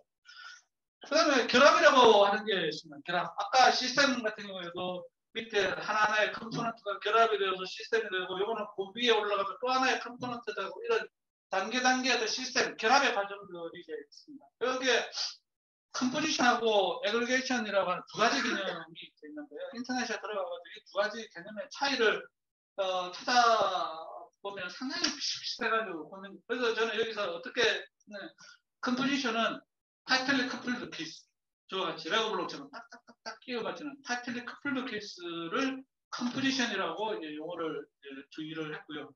애그리게이션은 루즈리 커플드, 프로세스상에서 각각의 어떤 그 이퀴먼트가 되든 뭔가 이제 모델들이 있으면 이 모델들이 서로가 루즈리 커플드가 되어서 상호작용하는 이런 형태를 플로우 애그리게이션이라고 이름을 보호서에 붙여놨습니다. 그러면 컴포지션과 애그리게이션을 해야 되는데 어떤 방법이 있을 것이냐? CSML, OPM 아까 말씀을 드렸고요. 그 다음에 AS라고 하는 컨셉도 있습니다. 자, 근데 이게 모델링을 할 때 보면 두 가지로 구분해 볼 수가 있어요. 제일 오른쪽에 모듈러 바 모놀리티. 여기 보면 퍼즐이죠, 퍼즐. 저 퍼즐이 각각의 모듈화가 되어 있죠. 모듈화가. 자, 그런데 여기서 핵심적인 특징이 뭐냐면 저 퍼즐의 모양을 내 마음대로 그릴 수 있어요. 내 마음대로. 따라서 그 내용 안에서는 블록처럼 딱딱 끼워 맞출 수가 있고, 근데 여기서 그 피스를 다른 그림에 가지고 가면 끼워 맞춰지나요? 안 되죠. 안 들어가죠. 요 그림 내에서만 이게 맞춰질 수. 따라서 겉으로 보면 모듈러지만 사실은 모놀리스입니다. 전체 일체형이죠. 일체형. 그 다음에 저기 있는 레고블록. 저 레고블록은 한 개 끄집어내가지고 미국에 가서 꽂히고 유럽에 가서 꽂히고. 따라서 이건 모듈러지만 인디펜던트 독립적이죠. 이 두 가지 특징이 다르다는 거예요. 우리가 디지털 트윈 모델을 만들 때도 이와 같이 모놀리틱 방식으로 해도 되는 것과 반드시 인디펜던트 방식으로 해야만 되는 경우. 이 두 가지가 있을 수가 있습니다. 근데 이 두 가지를 제대로 구분을 안 하게 되면, 그 다음에 예를 들어 우리가 PC에 새로운 디바이스 하나 장착을 하면 그 회사마다 디바이스 드라이브 항상 딸려오잖아요. 그러면 그거는 그 윈도우, 그 MS가 만든 그 디바이스 드라이브 그 API 그게 딱 맞춰서 만들어져 있기 때문에 전 세계 어디에 가든지 간에 디바이스 드라이브 설치하면 그 하드웨어가 딱 장착이 되죠. 마찬가지로 우리가 디지털 트윈을 통해서 무엇인가 대상을 하나를 만들었는데 이것을 전 세계 어디든지 가는 레고블록처럼 판다고 하면 이와 같은 모노리틱 메소드로 설계를 했다가는 제대로 팔아먹기가 어려울 수가 있어요. 그러면 이와 같이 레고블록 형태로, 퍼즐이 아니라 레고블록 형태로 해야만, 근데 그게 아니라 현대자동차 내 또는 무슨 회사 내에서 야 우리 저 멀리 생각하지 말고 우리 개발하고 있는 우리 관리 범위 내에서만 우리가 워킹하면 돼 라고 하면 굳이 이거 해도 되지만 모노리틱 방식으로 해도 상관없죠. 왜냐하면 같은 문제를 공유하고 해결 방법을 같이 공유하는 같은 이해관계자들이기 때문에. 따라서 우리가 대화를 나누고자 하는, 이걸 어떻게 활용하고자 하는 대상이 누군지에 따라서 이 두 가지 어프로치 적절히 선택을 해야 됩니다. 그 중에 이 모듈러가 인디펜던트 여기 AAS라고, 이거 원래 제조 쪽에서 개념이 나온 건데 이건 그대로 뭐 다른 산업에도 그대로 활용할 수 있어요. 그래서 둘 중 이 두 가지 타입 중에 어떤 방법을 선택할 것이냐, 이거는 내가 해결하고자 하는 대상이 뭐냐에 따라서 이걸 구분을 해야만 제대로 할 수가 있을 거다. 또 에그리게이션을 하게 되면 이 두 가지를 합쳐가지고 이렇게 그러면 X와 Y가 합쳐지면 결과적으로는 이렇게 영향을 받는 게 ABCD 이렇게 되면 그만큼 복잡도가 높아지죠. 그럼 이 에그리게이션 된 결과에 대한 모델을 유지, 관리, 만드는 거가 굉장히 어려질 수 있어요. 그러면 어느 정도의 리미테이션 또는 단수나 앱스트랙션을 통해 가지고 좀 비슷하게 이것도 함께 에그리게이션을 할 때 고민을 해봐야 될 사항입니다. 결국에는 우리가 모델을 만들게 되면 데이터의 어떤 구조화된 형태로 이제 만들어야 되는데, 그러면 우리가 이제 학생들 보면 이게 학생들이 쫙 있는데 저 학생들을 남녀로 나눌 수도 있고 성씨로 나눌 수도 있고 키로 나눌 수도 있고, 어떤 무엇을 키로 놓고 무엇을 분류의 키로 놓고 무엇을 속성으로 둘 것이냐, 이 선택의 문제가 바로 데이터 구조화에 대한 문제가 되겠습니다. 자, 왼쪽에 빔이라고 하는 게 있습니다. 빔, 이거는 빌딩, 뭐 이런 거 많이 쓰고 있는 거죠. 그래서 옛날에 초창기에는 3차원하고 시간, 요것만 가지고 이제 빔을 이제 만들었고, 나머지 코스트, 이 빌딩 만드는 데 들어간 예산, 코스트 등등은 다 속성값에 들어가 있다가, 회사들이 장사를 우리가 잘 하려고 속성이 들어가 있는 거를 빼냈죠, 밖으로. 학생 키 정도, 키 값으로 빼내면서 우리는 4차원이 아니라 우리는 5차원을 지원해, 6차원을 지원해, 10차원을 지원해. 이게 청사적으로 아니라 속성이 들어가 빼고. 마찬가지로 디지털 트윈에서도 데이터, 구조화된 데이터에 무엇을 키워놓고 무엇을 속성으로 둘 것이냐에 대한 설계 구조에 있어서 저희가 고민을 해봤을 때 바로 역할과 서브롤, 그 다음에 그 서브롤을 수행하기 위한 비헤이비어, 단위 동작, 또는 단위 동작을 하기 위한 매개 변수, 이렇게 구조화를 하면 좀 더 잘 설계가 되지 않을까? 원어된 것의 아이디어입니다. 이것도 반드시 이렇게 해야 되는 건 아닙니다. 그래서 예를 들어서 보면 오른쪽에 아버지, 아버지라고 하면 아버지 역할도 있고 남편으로서의 역할이 있고 또 부모의 자식의 역할도 있고 운전자로서의 역할, 직장에 가면 어떤 워커로서의 역할, 이런 각각의 구조화된 형태로 데이터 모델을 만들어 나갈 수가 이제 있을 거다라는 거고요. 그러면 우리가 디지털 트윈을 설계를 할 때도 무엇을 키로 놓고서 이걸 구조화된 형태로 만들 건가를 디지털 차원 모델을 통해 가지고 한번 고민을 해볼 수가 있을 거고요. 인터페이스는 서로가 주고받는 의사소통이죠. 의사소통. 자, 여기에서 리얼타임이라는 것도 이제 중요한 거예요. 우리가 거울을 보면 거울 앞에다가 손을 흔들면 빛의 소리, 빛이죠. 빛의 속도로 거울에서 반응이 일어납니다. 근데 소프트웨어 시스템에서는 통신 딜레이에서부터 그다음에 프로세싱 뭐 시간 여러 가지 시간 딜레이가 이제 생겨요. 그래서 리얼타임이라는 말의 정의를 잘 생각해야 돼요. 리얼타임. 그래서 정해진 기준이 없습니다. 그래서 응용의 요구사항에 맞춰가지고 이벤트가 발생, 타임리니스가 이 리얼타임 핵심입니다. 그래서 우리는 미터린 에너지, 우리 전기 사용량 뭐 1kWh 사용을 했니 이런 것들 통상 과거에 15분 단위로 이게 미터링을 했었어요 옛날에. 네. 요즘은 이제 실시간까지도 이제 가능한 상황에 있지만 과거의 매니지먼트 에서는 15분 단위로 하면 여기가 실시간. 그래서 목적에 따라서 이 실시간이 다 달라집니다. 목적에 따라. 그래서 그렇지만 어쨌거나 실시간의 정의는 1초가 실시간일 수도 있고 하루 단위가 실시간일 수도 있고. 그래서 우리가 디지털 트윈을 만들 때도 여기 인터페이스 사이에 주고받는 이 인터페이스의 시간 딜레이를 어디까지 고려할 것이냐, 빛의 속도로 할 것이냐, 아니면 1초를 할 것이냐, 하루를 할 것이냐 등등도 우리가 설계해서 고민을 해야 됩니다. 그럼 데이터를 주고받는 것은 실제 물리적인 대상과 그 다음에 쌍둥이 간의 어떤 데이터 상태 동기화에 대한 것도 있지만 서로 다른 교통, 그러면 도시 레벨 같으면 교통 디지털 트윈이 있고 환경 디지털 트윈이 있는 거고 상수도, 폐기 각각의 다른 이질적인 디지털 트윈 시스템들이 있습니다. 근데 도시 운영 차원에서는 이런 이질적인 것들을 상호 연계를 시켜서 동작시켜야 될 필요가 있고 그럴 때 이 페더레이션이라는 거, 그 다음에 하나의 라이프 사이클이나 어떤 그 서플라이 체인 있죠.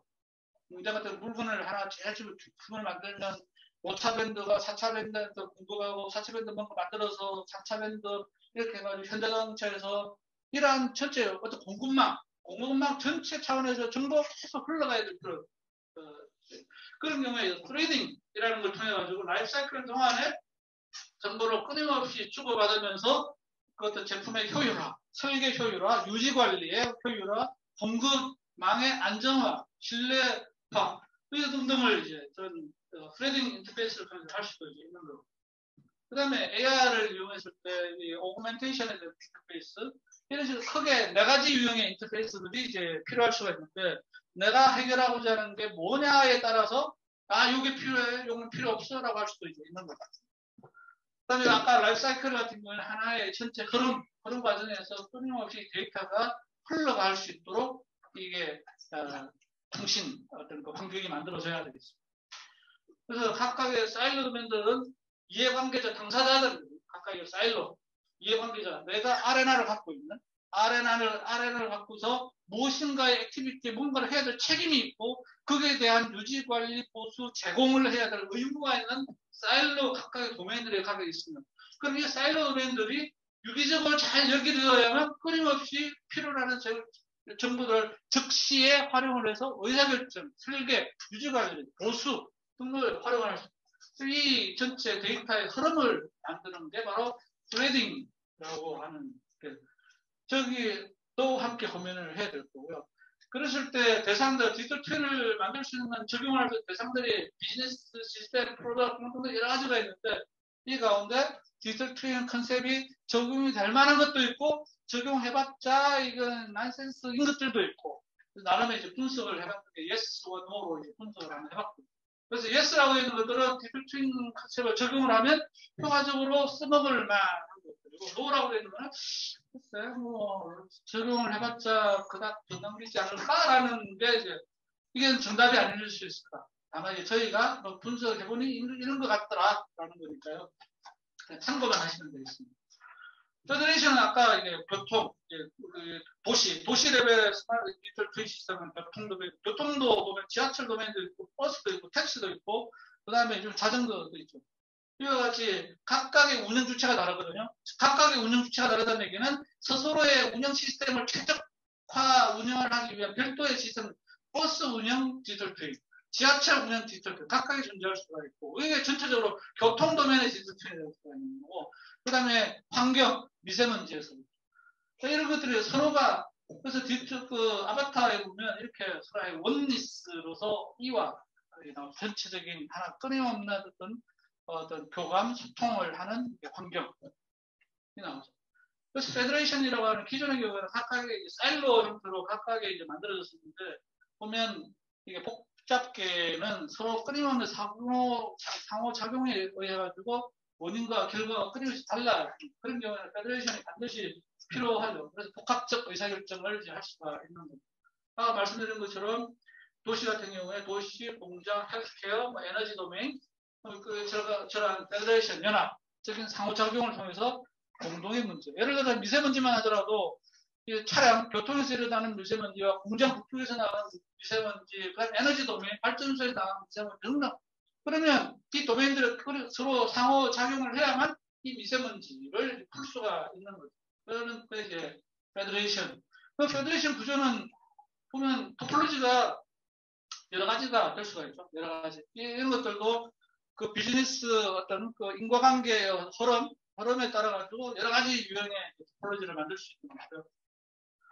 그래서 우리가 하나의 레퍼런스가 있으면 레퍼런스 있는 것과 없는 걸 많이 다르죠. 그래서 요 위에 거는 한국해양수산개발원이 항만의 대기오염을 관리하기 위해서 이게 만든 이제 페더레이션의 컨셉이었습니다. 여기서는 우리가 디지털 페더레이션의 컨셉 없이 그냥 엔지니어들이 우리가 항만의 어떤 대기 환경 관리를 하려면 이런 게 필요해, 이런 게 필요해가지고 이게 나름 만들었는데 저희가 구상을 한 페더레이션 컨셉을 딱 적용을 하면 이게 이런 식으로 달라질 수 있어요. 레퍼런스가 있습니다. 뭔가 설계를 하기 위해서 설계의 어떤 그 기준, 그 중에서 요거는 내가 활용할 거, 이거는 나한테 필요 없어. 근데 요거는 활용은 가능한데 우리의 문제 상황과는 적합하지가 않아. 그러면 이렇게 딱 좀 맞춘 수정을 하면 됩니다. 그런 식으로 재구성하면 훨씬 더 시스템에 대한 향상이 만들어질 수가 있고, 그래서 이거를 우리가 이제 이쪽하고 접촉을 하게 되면은 그때 페더레이션 컨셉을 만들었는데 이 페더레이션 컨셉을 그냥 책상 물림들이 앉아가지고 그냥 상상의 나래를 펼친 거 아닌가. 이게 이 현실 속하고 뭔가 부합될까? 뭔가 이게 우리가 한번 검증을 한번 해봤으면 좋겠다. 이래가지고 인터넷에 막 뒤지다 보니까 요 보고서를 찾았어요. 요 보고서 찾아가지고 보니까 요 컨셉이랑 이게 바로 이 페더레이션 컨셉이 그냥 우리 엔지니어들이 책상 물림의 그냥 상상만 아니고 실제 현장하고 이게 맞물리는구나. 그래가지고 연락을 했죠. 연락해가지고 우리 기술 교류를 한번 하자. 라고 해가지고 요거는 거기서 만든 거. 요거를 우리가 생각하는 디지털 트윈 페더레이션 컨셉으로 요 재구성을 이렇게 해봤다라고 해서 하여튼 아주 좋은 분위기로 회의가 끝날 수가 있습니다. 그래서 오늘 설명드릴 많은 내용들도 함께 어떤 그 페더레이션과 그다음 그 외에 많은 것들이 뭔가 디지털 트윈을 어떤 그 꿈을 설계하고 구상을 하고 형성화시킬 때 참고로서 코끼리의 첫째 퍼즐 가운데 어떤 게 있느냐, 어떤 게 없느냐, 이게 이건 필요 없어. 그래서 예를 들어서 아까 제일 처음에 코끼리 퍼즐이 있었죠. 코끼리 퍼즐 가운데 목적이 코끼리의 전반적인 형상을 우리가 만들어내는 거가 우리의 목적이다라고 하면 전체 꼬리, 그 다음에 귀, 그 다음에 뿔 다 있어야 되겠죠. 근데 그게 아니고 우리의 목적이 사자, 또는 호랑이, 원숭이, 치타, 그다음에 코끼리 이것들과 함께 있는 어떤 생태계를 보여주고자 하는 게 목적이라면 그때는 코끼리 퍼즐 전체 다 필요 없죠. 그냥 가장 특징적인 거, 코, 긴 코, 그 다음에 큰 귀, 그 다음에 앞에 뿔인가요? 상아? 요것만 있어도 꼬리 필요 없고 다리 필요 다 없죠. 몸통 다 필요 없죠. 요것만 있어도 되는 것처럼 여기서 디지털 채널을 통해서 말씀드리는 많은 내용들을 하나의 퍼즐 조각. 그래서 선택적으로 필요한 것. 그래서 이것도 우리가 페더레이션이라고 하는 컨셉이 있으니까 그 컨셉을 레퍼런스로 해서 재구성을 할 수가 있었던 거죠. 상호운용성이라고 하는 것은 결국에는 오늘도 이제 우리가 대화를 나누고 있는 것처럼 디지털 트윈도 수많은 어떤 파트너들, 같이 협업을 하는 파트너들의 대상들이 있습니다. 이것들이 유기적으로 잘 연결이 되어야 전체 어떤 복합 시스템이 완성이 될 수가 있죠. 자, 그러면 각각의 서로의 상대들 간에 이빨을 맞춰야만 서로 의사소통이 되죠. 그게 유명한 게 OSI 레퍼런스 모델이죠. 7계층의 OSI 레퍼런스 모델이 있습니다. 그래서 각각의 피어들이 있어요. 각각의 피어들 간에 어떻게 이빨을 맞춰서 이게 서로가 이제 상호 의사소통을 할 것이냐 이 그림입니다. 자, 그런데 제일 오른쪽에 보면 상호 운용성이라고 하는 관점에서 다른 관점으로, 그래서 보면 제일 밑에 테크니컬 신텍스 레벨로서 이제 그 상호 운용성을 맞춰야 되는 게 있고, 세멘틱 관점에서 서로 같은 의도, 같은 내용을, 같은 컨텍스트를 주고받아야 돼요. 같은 컨텍스트. 그래서 교통 도메인에 가가지고 의료 뭐 배가 아파요 이런 얘기를 하면 난센스인 것처럼 같은 컨텍스트를 공유하는. 그다음에 여기에서는 운영 레벨, 가버넌스 레벨에서 어떤 게임의 법칙, 우리 도메인에서는 어떤 게임의 법칙으로 이걸 운영하는 거지. 의료 도메인의 게임의 법칙과 교통 도메인의 게임의 법칙은 다르죠. 그게 바로 저 위에 운영 차원에서. 그래서 서로가 의사소통을 하게끔 하려면 제일 왼쪽에 있는 OS 레퍼런스 모델은 기술 관점에서의 층단이 거고, 제일 오른쪽 어떤 애플리케이션 관점에서의 서로 이빨을 맞추는 이런 레퍼런스가 있습니다. 요 레퍼런스를 그러면 우리가 디지털 트윈을 설계를 할 때 어떻게 써먹을 건가를 한번 고민을 해봐야.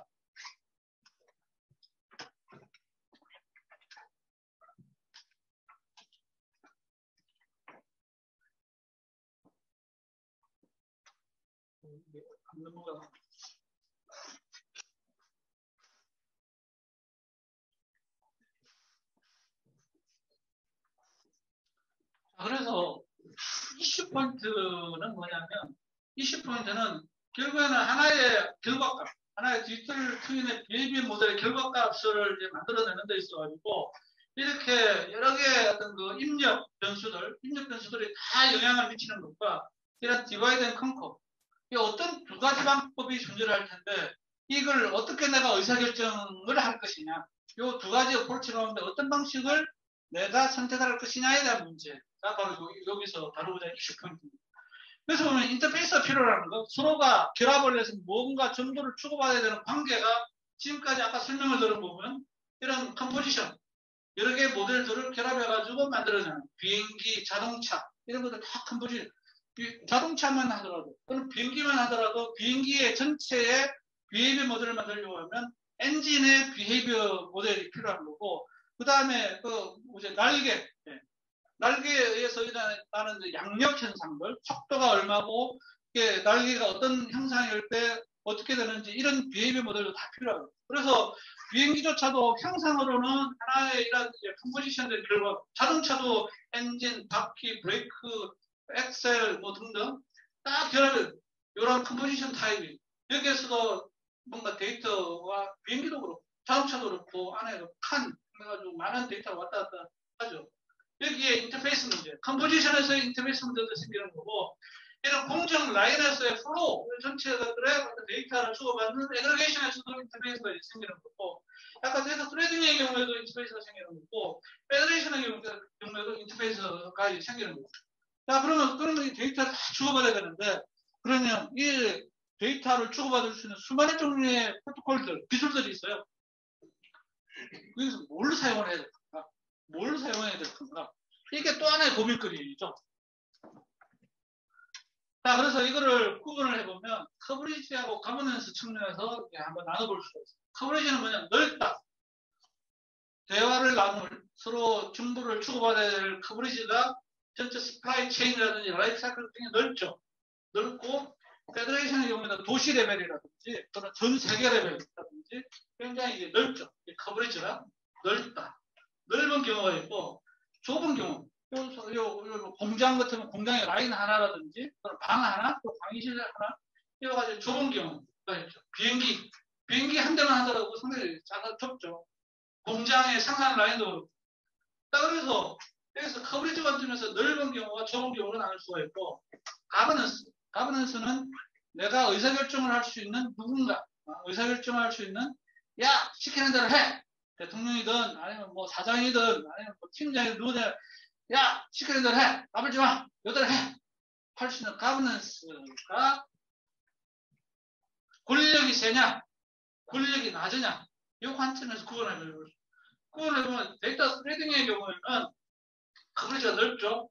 그 다음에 여기서는 어떤 서플라이 체인, 돈이 동그래요. 스프라이어는 물건을 밑에서부터 5차, 3차 이게 밴드가 물건 공급해가지고 쭉 올라가고 이게 돈이 동그래가 왔다 갔다 하죠. 동그래가 왔다 갔다 하는 거는 계약 관계에 의해서 손해배상도 할 수도 있는 거고 피해보상도 할 수도 있는 거고 그러면 여기서는 거버넌스 레벨이 굉장히 높죠. 많은 일들이 계약을 통해서 이루어지죠. 여기서는. 그런데 그래서 이런 경우는 데이터 스프레딩은 거버넌스 레벨이 높다라고 볼 수 있는 거고 그 밑에 낮다.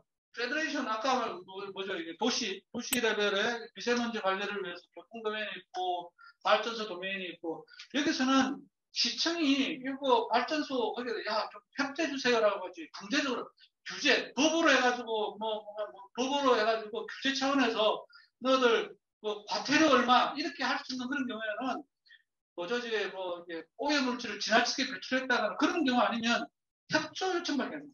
절대 계약을 통해 가지고 뭔가 할 수가 없어요. 보통 이런 경우는 가버넌스 레벨이 낮죠.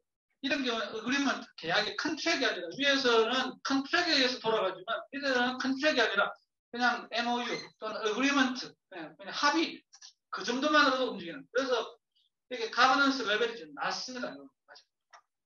각각 이런 특징들이 있죠. 이런 특징이 있어가지고 그러면 어떤 종류의 어떤 인터페이스 기술을 활용을 할 것이냐라고 하면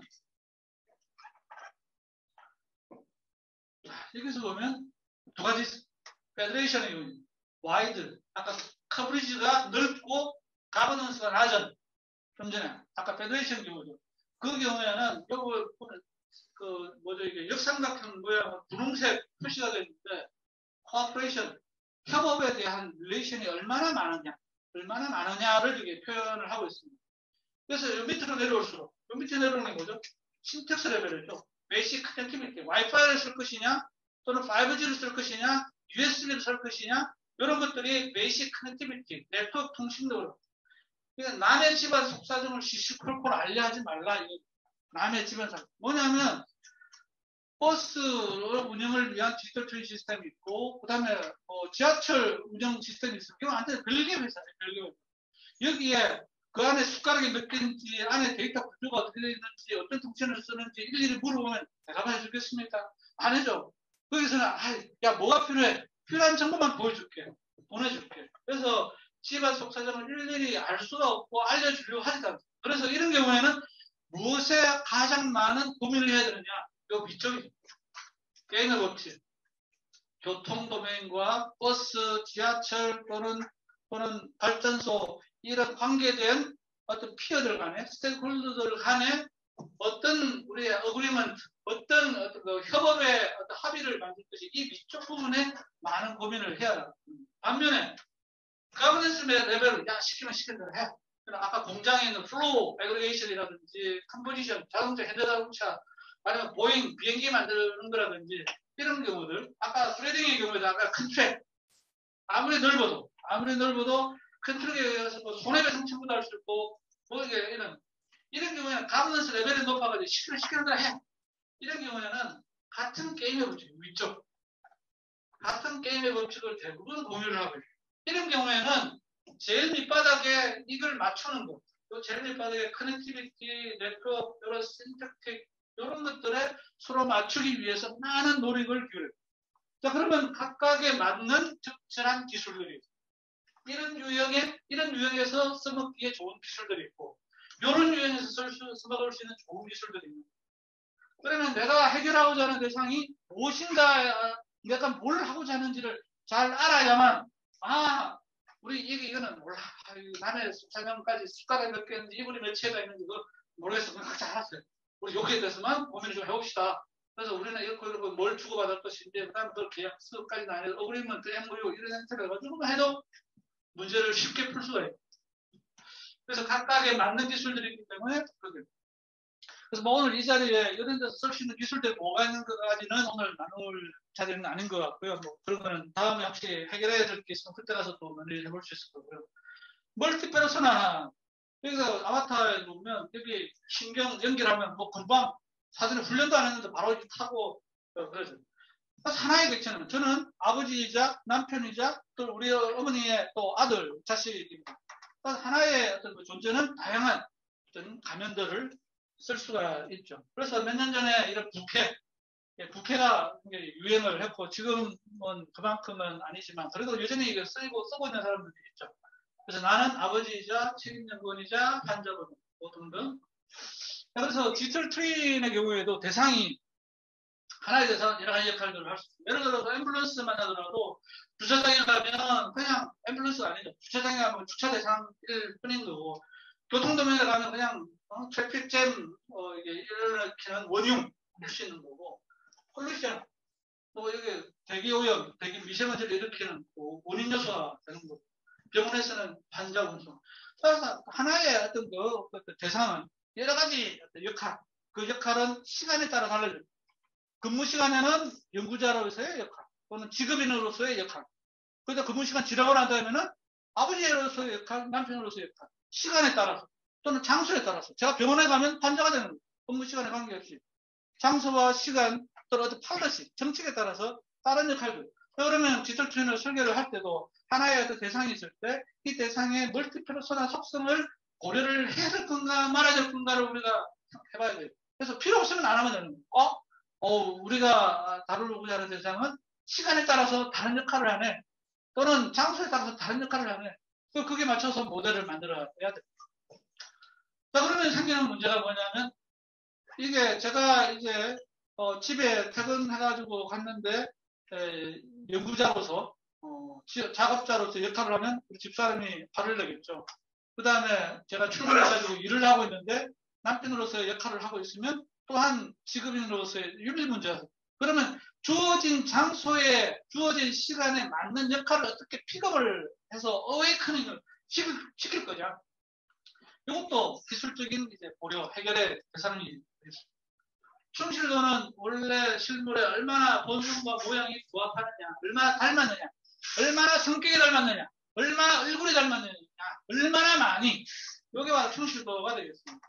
그러면 이 특성화, 캐릭터라이제이션에 대해서는 무엇을 통해서 얼마나 성격이 얼마나 닮았느냐를 말하는 방법들이 뭐가 있을 건가 제가 아까 말씀드린 역할, 비헤이비어, 그 다음에 인풋, 입력, 매개 변수를 통해가지고 이 특성화를 해볼 수 있습니다. 비주얼라이제이션은 공간의 해상도, 시간 딜레이 이런 걸 통해서 이 충실도를 맞춰볼 수가 있겠다. 예를 들어서 거울 같은 경우에 거울 같은 빛의 속도를 반응을 하는데 이게 빛의 속도가 아니라 뭔가 앞에 빛을 방해하는 뭔가 있어가지고 뭐 느렸다든지 뭐 이런 것들이 타임이죠. 비주얼라이제이션의 충실도. 그래서 이 충실도를 그냥 맨땅에 헤딩해가지고 그냥 풀어갈 것이냐 아니면 어떤 레퍼런스를 통해가지고 하나하나 보면서 이거 필요 없는 거 이거는 우리가 하려면 맞네 이거는 그래서 하나의 어떤 그 참고가 할 수 있는 게 있으면 훨씬 효과적으로 할 수 있죠. 그리고 공부할 때도 뭐 공부에는 왕도가 없다라고 하지만 사실은 왕도가 있죠. 공부하는 것도 보다 그냥 무작정 열심히 외운다고 해서 공부 잘하는 거 아니잖아요. 공부하는 것도 각자가 스스로 터득한 요령들이 이제 있는 거예요. 아무래도 그게 물론 기억력이 좋다거나 하는 그런 것도 있긴 하지만 대부분의 경우에는 공부하는 요령이 이제 스스로 익힌 요령이 많이 이제 작용을 하죠. 마찬가지로 우리가 모델링을 할 때도 어떤 요령으로 하면 단계당 좀 시스테매틱하게 그냥 하나하나 해나갈 거냐 아니면 무작정 그냥 스파게티 속에 빠져가지고 허죽거리면서 이거를 할 것이냐. 근데 이게 피델리티를 이제 고민을 할 때 저희가 궁리를 해본 요런 그래서 비헤이비어라는 관점 비헤이비어를 얼마나 디테일하게 만들 것이냐 그 다음에 스페이스 공간을 얼마나 스페이스하게 디테일하게 이게 공간의 어떤 해상도 분해능이라고 하는 해상 요거를 이제 해결할 것이냐 그런 전략에서 얼마나 디테일하게 할 것이냐 그 다음에 타임 시간도 하루 단위냐 초 단위냐 마이크로 단위냐에 따라서 이거를 비헤이비어 모델을 설계를 할 수가 있겠죠. 그 다음에 이제 레졸루션하고 그래놀레이션은 같은 속성이라 가지고 같은 축에 뒀습니다. 같은 축에 뒀어요. 그리고 4개의 축을 통해 가지고 우리가 문제를 들여다보면 대상을 분석을 해보면 어느 정도까지 이게 디테일하게 이게 만들 것인지가 좀 더 체계적으로 할 수가 있겠다라는 거고요. 그래서 각각에 보면 비헤이비어 타임, 시간 변화, 주기, 시간 도밍 등에 따라서 비헤이비어가 달라지느냐 근무 시간 9시부터 6시간 9 to 5 또 9 to 6 그 근무 시간에 따라서 비헤이비어가 달라지느냐 또는 공간상의 위치 병원에 있느냐 사무실에 있느냐 집에 있느냐 공간의 위치에 따라서 비헤이비어가 달라지는지 안 달라지는지 아니면 고정된 장소에만 있으면 고려를 할 필요가 없죠. 고려는 항상 있는 거라면 공간상 위치 이거 모델을 할 필요가 없는 거죠. 그 다음에 행동 모델을 얼마나 디테일하게 할 것이냐. 그래서 제가 이 강의장에서 여기서 왔다 갔다 하는 것까지 비헤이비어 모델링을 할 것이냐, 아니면 그냥 발표, 프레젠테이션 하나만 이게 모델링을 할 것이냐, 이 자리에 왔다 갔다 하는 것까지 다 모델링을 할 것이냐, 공간에 대한 세분화, 시간에 대해서도 1시간 단위냐, 1초 단위냐, 에 따라서 세분화를 할 수 있어요. 근데 그 시간 필요 없으면 안 하면 되는 거죠. 근데 우리의 해결하고자 하는 대상은 또 시간까지도 시간에 따라서도 달라서 그 시간이 1초 단위로 달라질 수도 있고 10분 단위로 달라질 수도 있고 1시간 단위로 달라질 수도 있고 근데 거기에서 1초 단위로 달라지긴 하는데 그까지는 우리가 그까지는 우리가 생각하지만 라고 하면 그런 것도 함께 고민을 해볼 수 있어요. 또 한 말씀을 시간과 공간이 동시에 변화하는 그런 경우도 있어요. 비헤이비어가 시간과 공간이 두 가지 같이 겹쳐져서 변화할 때 이때 비헤이비어도 고려를 해봤습니다. 그 다음에 이제 비주얼라이제이션의 경우에도 공간에 대한 해상도, 시간 해상도 이렇게 해가지고 설계를 해보면 필요한 거, 필요 없는 거 해서 좀 더 체계적으로 우리가 해볼 수가 있겠죠. 그러면 실물에서 얼마나 도저히 부합하느냐 이건 결국에는 뭐냐면 역할이라고 하면 뒤에 점점점이죠. 점점점. 얼마나 많이 디파인 하느냐.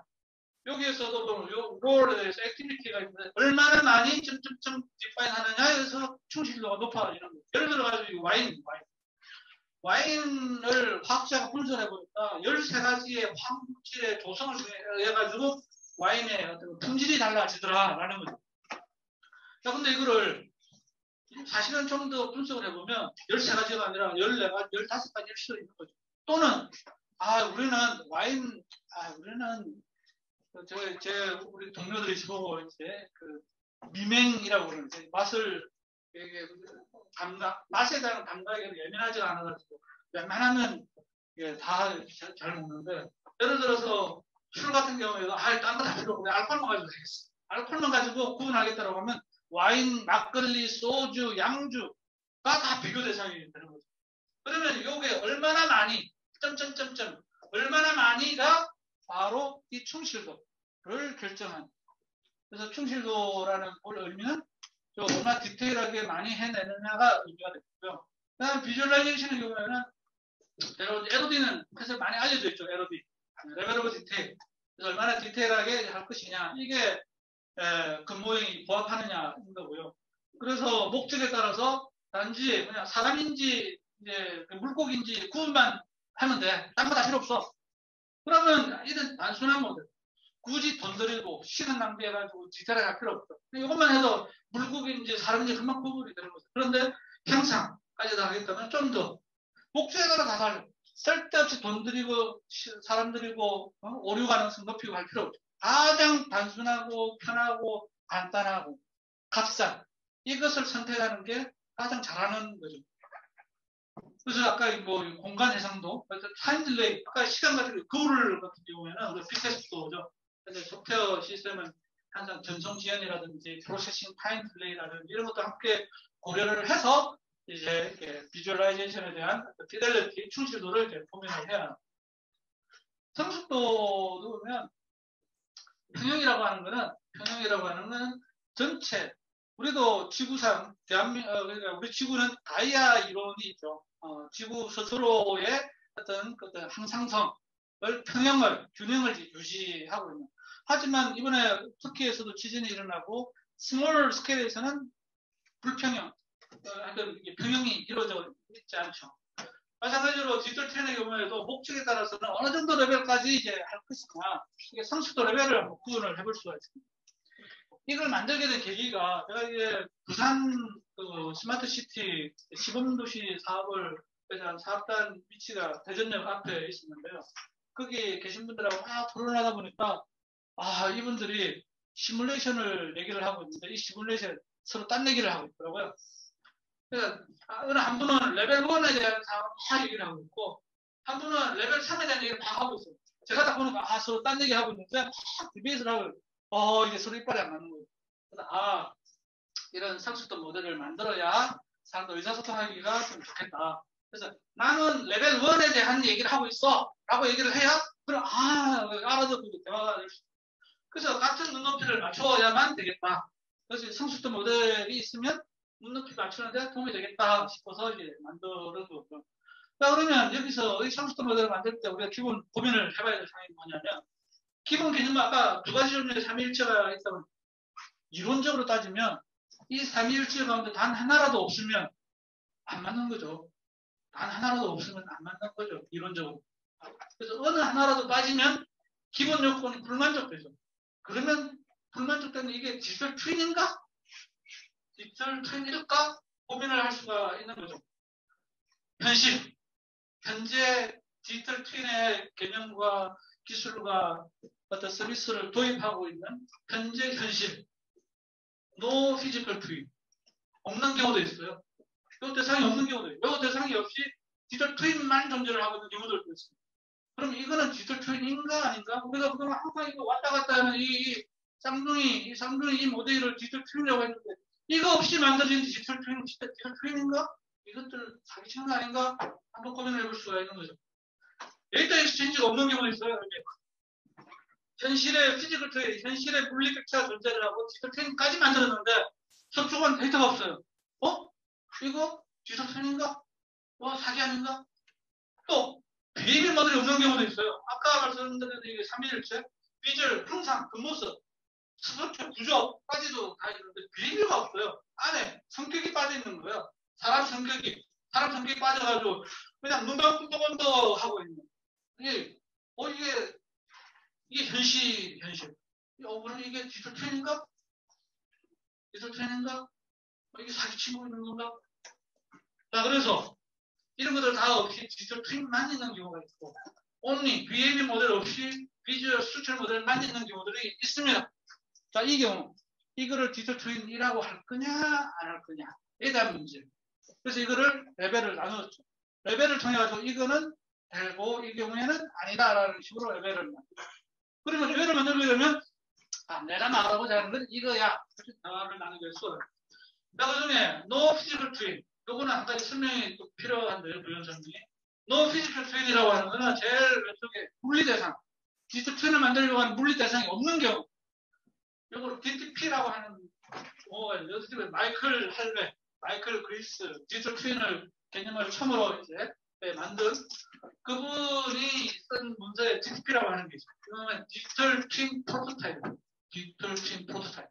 디지털 트윈의 프로토타입이 뭐냐면 실제 이걸 만들기 전에 지금 피지컬 트윈 제품이죠. 이거 왜냐면 제조 쪽이니까 제조에서 만든 기본 개념이 제조에서 나오다 보니까 요 물리 대상을 만들기 전에 설계 사상에 의해서 만들어진 설계 모델, 요게 바로 디지털 트윈 프로토타입이라고 합니다. 이거는 피지컬 트윈 없이 디지털 트윈 모델만 있는 경우. 자, 그러면 이 컨셉을 만든 그 마이클 할베조차도 노 피지컬 트윈도 있을 수 있다. 그리고 현실에서도 이제 그런 거. 자, 이거를 그럼 어떻게 소화를 할 것이냐. 레벨 1, 미러링. 똑같이 만드는 거냐. 목재, 겉으로, 형상, 구조. 그래서 물리 대상이 없어도 돼요. 물리 대상이 없어도 되고, 비주얼과 스트럭처럴 모델이 만들어져가지고, 겉으로 보면 2D이든 어떤 가상의 어떤 형상이 있는 거. 거기까지 만드는 거. 왜냐면 그게 있어야만 그 다음에 그 속에 베이비를 넣고 뭐를 넣고 뭐도 넣고 할 수가 있을 텐데. 그래서 최소한 가장 베이직, 가장 기본으로 미러링까지는 해야 이게 되지 않느냐. 요거는 레벨 1이다. 그래서 국토부가 디지털 트윈 국토라고 해가지고 막 광고판도 막 하고 있잖아요. 그거는 전체 국토, 산, 지하도로, 그 다음에 건물, 이 전체를 요걸로 만들고 있고, 레벨 1. 그래서 전부 다 이제 데이터 이제 구조화된 형태로 레벨 1을 만들고, 그게 국토부에서 하고 있는 디지털 트윈 국토의 지향점이고, 여기 만들어지면 그 다음에 BAB 모델 만든 거 이런 것들 점점 이제 고도화를 시켜나가고, 지금 이제 시범사업 레벨에서는 국토부 도로교통 건물 이런 경우에도 레벨 1을 바탕으로 해서 시범 연구개발이라든 시범에서는 요 레벨 3 시뮬레이션 이런 것까지 다 해요. 하지만 전체적인 글로벌 대한민국 전체 스케일에서는 레벨 1이 핵심 이제 목표다. 레벨 2는 뭐냐면 모니터링, 관제. 자, 여기서 가장 대표적인 경우가 여기 있어요. 스카다. 이미 50년도 더 된 옛날 기술이죠. 자, 이게 스카다 요거를 여기다 넣은 이유는 뭐냐면, 아까 말한 디지털 트윈은 개념 기술이다. 이게 딱 정해진, 요대로 해야만 디지털 트윈이고, 요대로 안 하면 디지털 트윈 아니야! 라고 규격이 없다고 말씀드린 개념 기술이라고. 그러면 스카다 시스템을 봅시다. 스카다 시스템을 한번 딱 보면, 현장의 물리 대상이 시설물, 시설물이 있죠. 센서가 다 설치가 되어 있죠. 거기서부터 데이터가 다 들어오죠. 그럼 데이터가 어떤 시스템, 스카다 시스템에서 데이터 다 수집해가지고, 안에 정해진 스태틱 하죠. 거기에서는 비헤이비어 모델이 없죠. 비헤이비어 모델이 없고 전부 다 if then else. 근데 이게 들어오면 이거고 이거 들어오면 이거고 그 로직에 따라 스태틱하게 돌아가요. 어쨌거나 나온 아웃풋에 따라서 뭔가 컨트롤을 하는 거예요. 근데 이게 원래는 파워포인트에 이게 움직이고 있었는데 이게 뭔지 안 움직이네요. 그래서 이게 스카다 시스템 대시보드예요. 대시보드 보면 각각이 레벨 오브 디테일이 다를 뿐이죠. 레벨 오브 디테일이 과시화된 레벨 오브 디테일만 다를 뿐이지 현장에 있는 모든 것들을 지칭하는 것들이 있고 온도가 어떻고 돌아가고 팬이 돌아가고 있는지 아닌지 요 위 액체가 오르락내리락 거 다 스카다 시스템 다 보여주고 있습니다. 자, 이게 이 스카다 시스템 디지털 트윈이냐 아니냐, 이미 50년도 된 이게 디지털 트윈이냐 아니냐 라는 질문. 누가 아니다라고 할까요? 누가 스카다는 50년도 전이고 디지털 트윈이 이제 들어온 지 10년, 20년 됐는데 시간상으로 안 맞지. 이거 스카다 시스템은 디지털 트윈 아니지 라고 얘기를 글쎄요. 하지만 개념은 똑같잖아요. 개념은. 다만 안에 들어가는 비헤이비어 모델이 있어가지고 여러 가지 변수해서 시뮬레이션보다는 스태틱한 로직에 따라서 그것만 다를 뿐이지 항상 레벨 오브 디테일만 다를 뿐이지 기본 개념은 똑같아요. 그래서 이거는 디지털 트윈이라 저희의 주장은 스카다 시스템도 디지털 트윈 컨셉과 부합한다. 다만 이게 레벨 2다. 모니터링. 그래서 센서나 이런 해서 계속 데이터 주고받으면서 레벨 3에 우리가 많이 하고 있는 모델링 앤 시뮬레이션까지, 비헤이비어 모델까지 RF 시뮬레이션도 가능한 거예요. 그 다음에 페더레이션이라고 하는 이런 거 아까 말씀드린 것처럼 그런 것들이 여러 개가 있을 때, 여러 개가 있을 때 서로가 협업을 해서 공동의 문제. 그래서 아까 페더레이션 뭐 교통, 그 다음에 환경, 상마수도, 에너지 이런 것들이 서로 엮여져서 함께 그 다음에 제일 레벨 5 오토노머스. 오늘 발표 자료는 안 남았는데요. 같이 또 사람들하고 막 대화를 하다 보니까 이 오토노머스도 되게 고려해 볼 수 있는 게 상당히 많은 사람들이 있어가지고 그래서 그 보고서 안에는 요 오토노머스도 레벨을 5가지 레벨로 해가지고 낮은 레벨의 오토노머스, 그 다음 레벨의 오토노머스, 그 다음 레벨의 오토노머스 이런 식으로 해놓은 내용이 보고서 안에 있습니다. 혹시나 오토노머스 쪽에서도 뭔가 고민하시는 분이 있다면 그 보고서 참조하시면 좋을 것 같아요. 그래서 이 성숙도 모델을 만든 다음에 누군가가 딱 그러더라고. 그 가타노에서도 그 디지털 성숙도 모델이 있던데, 깜짝 놀랐죠. 가타노는 그래도 명망이 있는 곳인데, 거기서 만든 것과 저희가 만든 게 다르면, 쪽팔릴 수도 있으니까.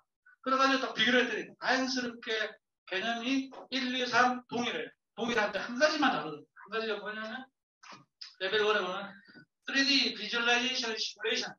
이 시뮬레이션은 바로 구조, 어떤 비주얼 모델에 대한 시뮬레이션까지도 해볼 수 있는.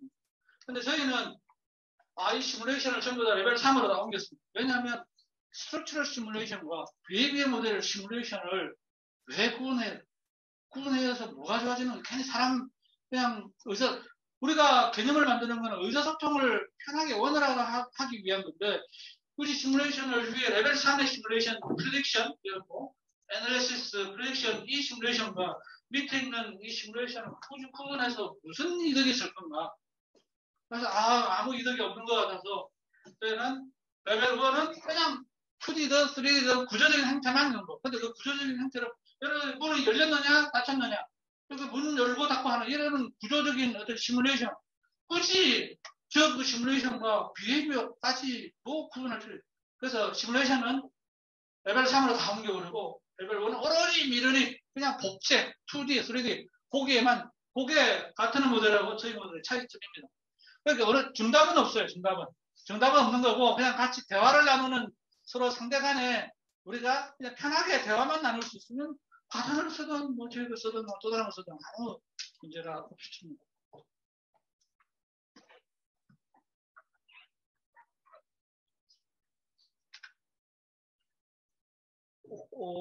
그 다음에 지금 남아있는 것들이 시간이 한 10분 정도 남았는데요. 일단은 아까 이게 이것도 설명의 내용은 아마 많지 않을 것 같아가지고 진행하겠습니다. 여기 아까 말씀드린 저희가 이제 국제표준 2017년부터 만들었던 제조 쪽에 국제표준이 디지털 트윈 프레임워크 포 매니팩처 제조 쪽입니다. 그런데 타이틀이 제조에 대해 있지만 안에 내용은 상당히 제너럴합니다. 제너럴하기 때문에 꼭 제조 아니더라 모든 산업에 적용해도 아무 불편이 없습니다. 그럼 어떻게 적용할 수 있느냐는 좀 이따 이젠플로서 보여드릴 거고요. 그래서 파트는 총 4개 파트 오버뷰, 그 다음에 레퍼런스 아키텍처, 그 다음에 데이터 표현, 그 다음에 인포메이션 익스체인지. 근데 이 파트 3은 쓸 수 없죠. 파트 3은. 왜냐하면 제조의 엘리먼트들에 대한 거기 때문에 이거는 뭐 원자력이라든지 물 또는 에너지 쪽에 있는 어떤 그 대상 어떤 그 요소하고 제조의 대상 요소는 다르니까. 이 3번은 쓸 수 없지만 파트 2번, 파트 1, 2 요거는 제너럴 하기 때문에 어떤 산업에서도 참고해서 쓰는데 아무 문제가 없습니다. 그래서 안에 보면 디바이스 커뮤니케이션, 그 다음에 디지털 트윈 엔티티에서 각각의 기능 요소들이 있고요. 그 기능 안에 디테일하게 들어있어요. 여기에 설문서 내용을 보면 어떤 큐빅에 대한 내용 아무것도 없어요. 요거는 뭐다? 어떤 역할을 한다?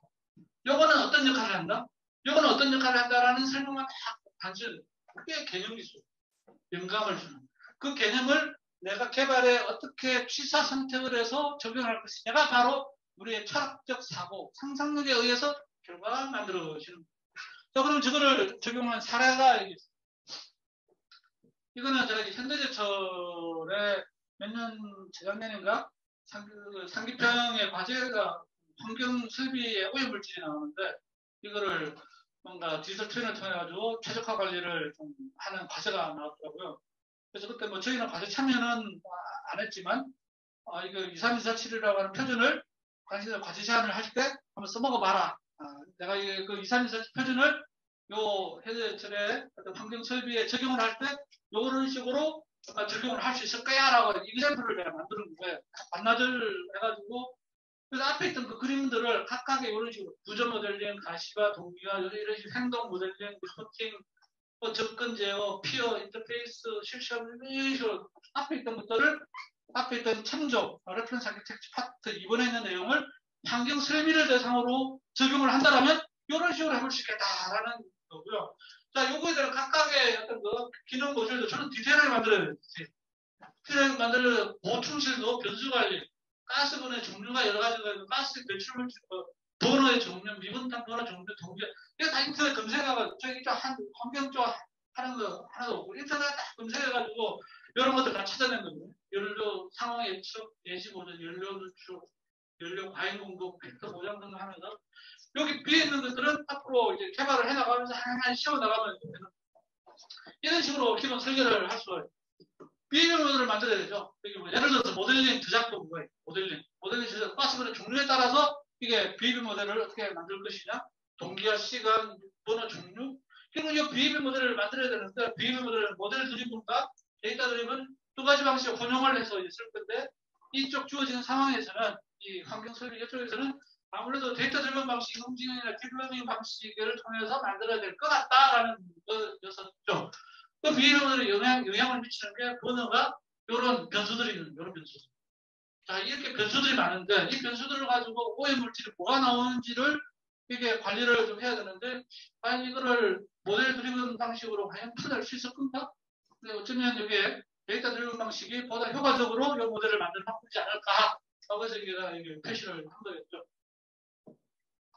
그 다음에 앞에 있던 거를 이번에는 인구 성장 공정. 반도체 인구 성장시키는 여기도 똑같이 가상훈련에서부터 뭐 구조 모델 등등 이렇게 만들어 나갈 수가 있겠습니다. 그래서 레퍼런스가 있으면 훨씬 일하기가 수월하다고 아까 말씀드렸던 이유가 23247 그 표준의 그 기본 모델을 가지고 내가 해결하고자 하는 것에 대해서 하나하나 구조 단계 해나가면 되겠습니다. 자, 그런데 이제 마무리에 들어가겠습니다. 디지털 트윈은 만병통치약인가? 요즘 가는 곳곳마다 디지털 트윈을 만병통치약인가?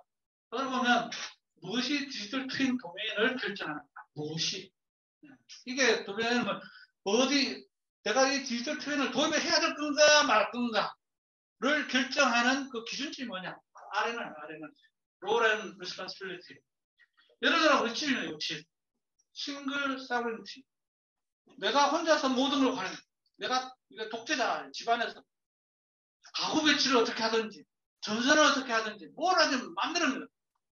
자, 그런데 이런 기업체 같은 경우에는 각 부서들마다 아래나를 다 있고, 통신관리는 통신을 어떻게 문제없이 만들 것이냐, 그것만 신경을 쓰고 있고, 전기관리는 불나지 않게끔, 그 다음에 과부하가 일어나지 않게끔 어떻게 아래날이 있죠. 시설관리부서, 업무부서, 각각의 부서들이 아래날을 다 다릅니다.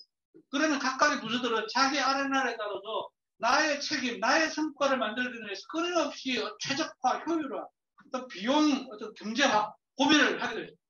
그러면 이 사람들, 이 주체들이 자기의 최적화를 위한 국리를 하기 마련해요. 그 아래날이 이 디지털 트윈을 도입을 유도할 수 있는 트리거링 포인트가 될 수 있는 거예요. 이런 경우 집안에 디지털 트윈 도입해봤자 그냥 뽀다분하게 보여주는 거 외에 아무 효과가 없습니다. 내 마음대로 할 수 있는 거예요. 효율 필요 없어요. 돈만 있으면 뭐 필요 없어요. 그래서 RMR이 디지털 트윈을 도입해야 될 필요가 있는지 없는지를 결정해주는 핵심 기준점입니다. 자, 그래서 디지털 트윈이 과연 필요한가? 여기 보면 모델이 있고 시뮬레이션을 하고 뭐 이런 운영이 필요할 때 이런 BAB 모델을 통해서 최적화, 예측과 사전 등 효율화를 할 수 있는 이게 디지털 트윈이 가장 효과적입니다. 이거는 이론이고요. 이론이고 현실은 다른 현실이 있습니다. 그 다른 현실을 여기서 설명을 드리려고 합니다. 굳이 디지털 트윈이 필요 없어 보여요. 굳이. 아까 우리 가정 싱글 사브린티 나 혼자서 모든 가버넌스 내 마음대로 할 수 있다. 그런 경우에도 디지털 트윈을 도입하는 경우들이 있어요. 왜? 돈 낭비? 왜지? 크게 되는 관점이 바로 여기 있습니다. 4차 산업혁명 디지털 변혁 아주 멋진 그대담론인데 근데 문제는 뭐냐 우리는 공급자입니다. 여기 계신 분들 아마 대부분 수요자이기도 하지만 많은 경우에 공급자의 자리에 있는데 공급자로서 그러면 이 아름다운 그대담론 4차 산업혁명 디지털 변혁을 어떻게 보여줄 거냐 수요자는 정책을 결정하는 사람 투자자 호주머니에 돈을 갖고서 야 내 호주머니에 돈 가지고 가 다만 나를 납득시켜봐 이런 투자자들한테 의사결정하는 그런 정책 결정하는 사람들한테 이 거대한 거를 어떻게 보여줄 건가 어떻게 표현할 것인가 어떻게 이해시킬 건가 어떻게 전달할 것인가 그럼 누구한테 우리가 이거를 고민해야 된다라는 우리는 왜? 우리는 공급자이기 때문에 자 그래서 디지털 변혁은 어떻게 하고 굉장히 아주 멋들어진 설명인데 어떻게 이게 뭔지 어떻게 납득시키고 투자자 호주머니에 돈을 어떻게 나한테 투자하게끔 만들 것이냐 어떻게 보여줄 것이냐 이해시킬 거냐 우리가 이걸 고민해야 됩니다. 그래서 보이지 않던 것들을 가시화시키는 것가 매우 중요합니다. 그래야 그게 납득을 시키고 이해시키고 동기를 주고 의사결정을 하게끔 만들겠죠. 자, 여기가 디지털 트윈의 가장 기본 컨셉에서 종종 나오는 그림입니다. 두 가지 관점이죠. 자, 이 관점은 사람이 자기 쌍둥이를 바라보는 관점이 있고 이 쌍둥이가 현실의 존재를 바라보는 관점, 두 가지 관점이 존재합니다. 현실의 사람이 보는 관점은 너는 나를 닮아 이죠. 그런데 입장을 바꿔놓고 생각해요. 이 디지털 트윈, 이 가상의 이 디지털 트윈의 입장에 우리가 우리의 어떤 마음을 두고서 이 입장에서 살펴보면 너는 나의 대리자일지 누가 주고 누가 객체일까요? 여기서 사람의 관점에서는 자기가 주체가 되고 디지털 트윈은 객체가 되죠. 하지만 디지털 트윈 입장에서 보면 나는 디지털 트윈이 나는 주체가 되는 거고, 오히려 여기 있는 현실에 있는 이 사람이 대리의 역할을 하는 객체가 되는, 입장이 누구냐에 따라 달라요. 자, 그럼 여기서 바로, 그러면 뭐냐면, 디지털 트윈의 관점에서 살펴보면, 나의 대리자라고 하는 거는 바로 인비저블, 4차 산업혁명, 디지털 변형, 이 가상에 있는 모든 정보나 어떤 내용들을 다 인비지블이지만 비지블로 만들어줘야 거기에 동기를 줘서 호주머니에 돈이 나오게끔 할 수가 있는데, 인비지블을 비지블로 어떻게 만들어줄 것이냐. 여기에 디지털 트윈이 가장 큰 역할을 해줬어요. 그래서 현실에는 아까도 말씀드렸죠. 디지털 트윈은 그닥 별 쓸모가 없는 것 같은데 쓰고 있는 사람들이 많이 있어요. 아까 우리 집 싱글 사업, 내가 내 마음대로 우리 집안의 가구들 모든 배치를 내 마음대로 할 수 있는 상황에서 디지털 트윈을 도와할 필요가 없지만, 하지만 우리의 집은 이렇게 되어 있고요. 요걸 배치를 1층에 있는 가구를 2층으로 옮기면 배치가 이렇게 달라지고요. 그리고 얼마든지 디지털 트윈을 만들어가지고 시뮬레이션, 내가 옷을 입으면 어떤 모양으로 나오고, 그 다음에 가구 배치에 따라서 어떤 집안의 형태가 어떤 식으로 달라지는지도 다 볼 수가 있어요. 이런 식으로도 할 수가 있는 거죠. 그러면은 우리가 인비저블을 비저블로 바꿔주는, 비주얼라이제이션 할 수 있는 프레젠테이션의 좋은 수단이 디지털 트윈이더라 라는 거고, 이 디지털 트윈이 실제로 어떤 비헤이비어 모델이라든지 예측 시뮬레이션 이런 게 본질적인 기능성이 활용이 되지 않은 채 단지 아름다운 프레젠테이션, 왜냐하면 아름다운이라고 하는 건 뭐냐면, 쌍둥이 모델은 많은 사람들, 할아버지 할머니한테까지도 직관적으로 이해를 시켜요. 현실에 있는 존재와 가상의 입체가 1대1로 매핑이 되어서 그대로 보여주는 이 쌍둥이의 형상이 누구한테나 쉽게 와닿는, 쉽게 이해가 되는, 직관적으로 와닿는, 그래서 의사결정에 편하게 도움이 돼요. 그래서 앞부분에 타이틀이 Presentation from Invisible to Visible, 이게 디지털 트윈이 가지고 있는 또 하나의 어떤 그 기능성. 자, 그래서 오늘 제가 말씀드렸던 많은 내용들은 결국에는 문제정의, 디지털 트윈을 도입하고 만들려고 할 때 문제를 어떻게, 내가 다루고자 하는 대상을 어떻게 이러한 퍼즐로 디자인을 할 것이냐, 얼마나 디테일하게, 어떤 모양으로, 이게 문제 정의하는 수많은 어떤 그 고민해야 될 하나를 말씀드렸던 거고, 그 속에 이거는 내 문제와는 관계없이 빼면 되는 거고, 이거는 내가 해결하고자 하는 문제와 관련이 있는데 이 정도까지는 아니야라고 좀 추정하고, 이런 거 각자 알아서 하시면 되는 거고요. 그래서 오늘 말씀드렸던 거는 이런 전체 코끼리 퍼즐을 만들 때 어떤 것들이 고민이 되어야 되는가를 좀 설명해 주셨습니다. 근데 이게 원래는 Q&A도 좀 하고 그래야 되는데 어느새 시간이 오히려 5분 오버가 됐고, 하여튼 제가 말이 많아가지고 이마가진 사기꾼 같아가지고, 어떻게 뭐 좀 질문 좀 하여튼 끝났으니까요. 일단 먼저 또 일정이 있으신 분은 먼저 가시도 좋고, 아니면 저는 시간 여유가 있으니까 뭐 또 Q&A 좀 하고 그랬으면 좋겠네요. 유 박사님.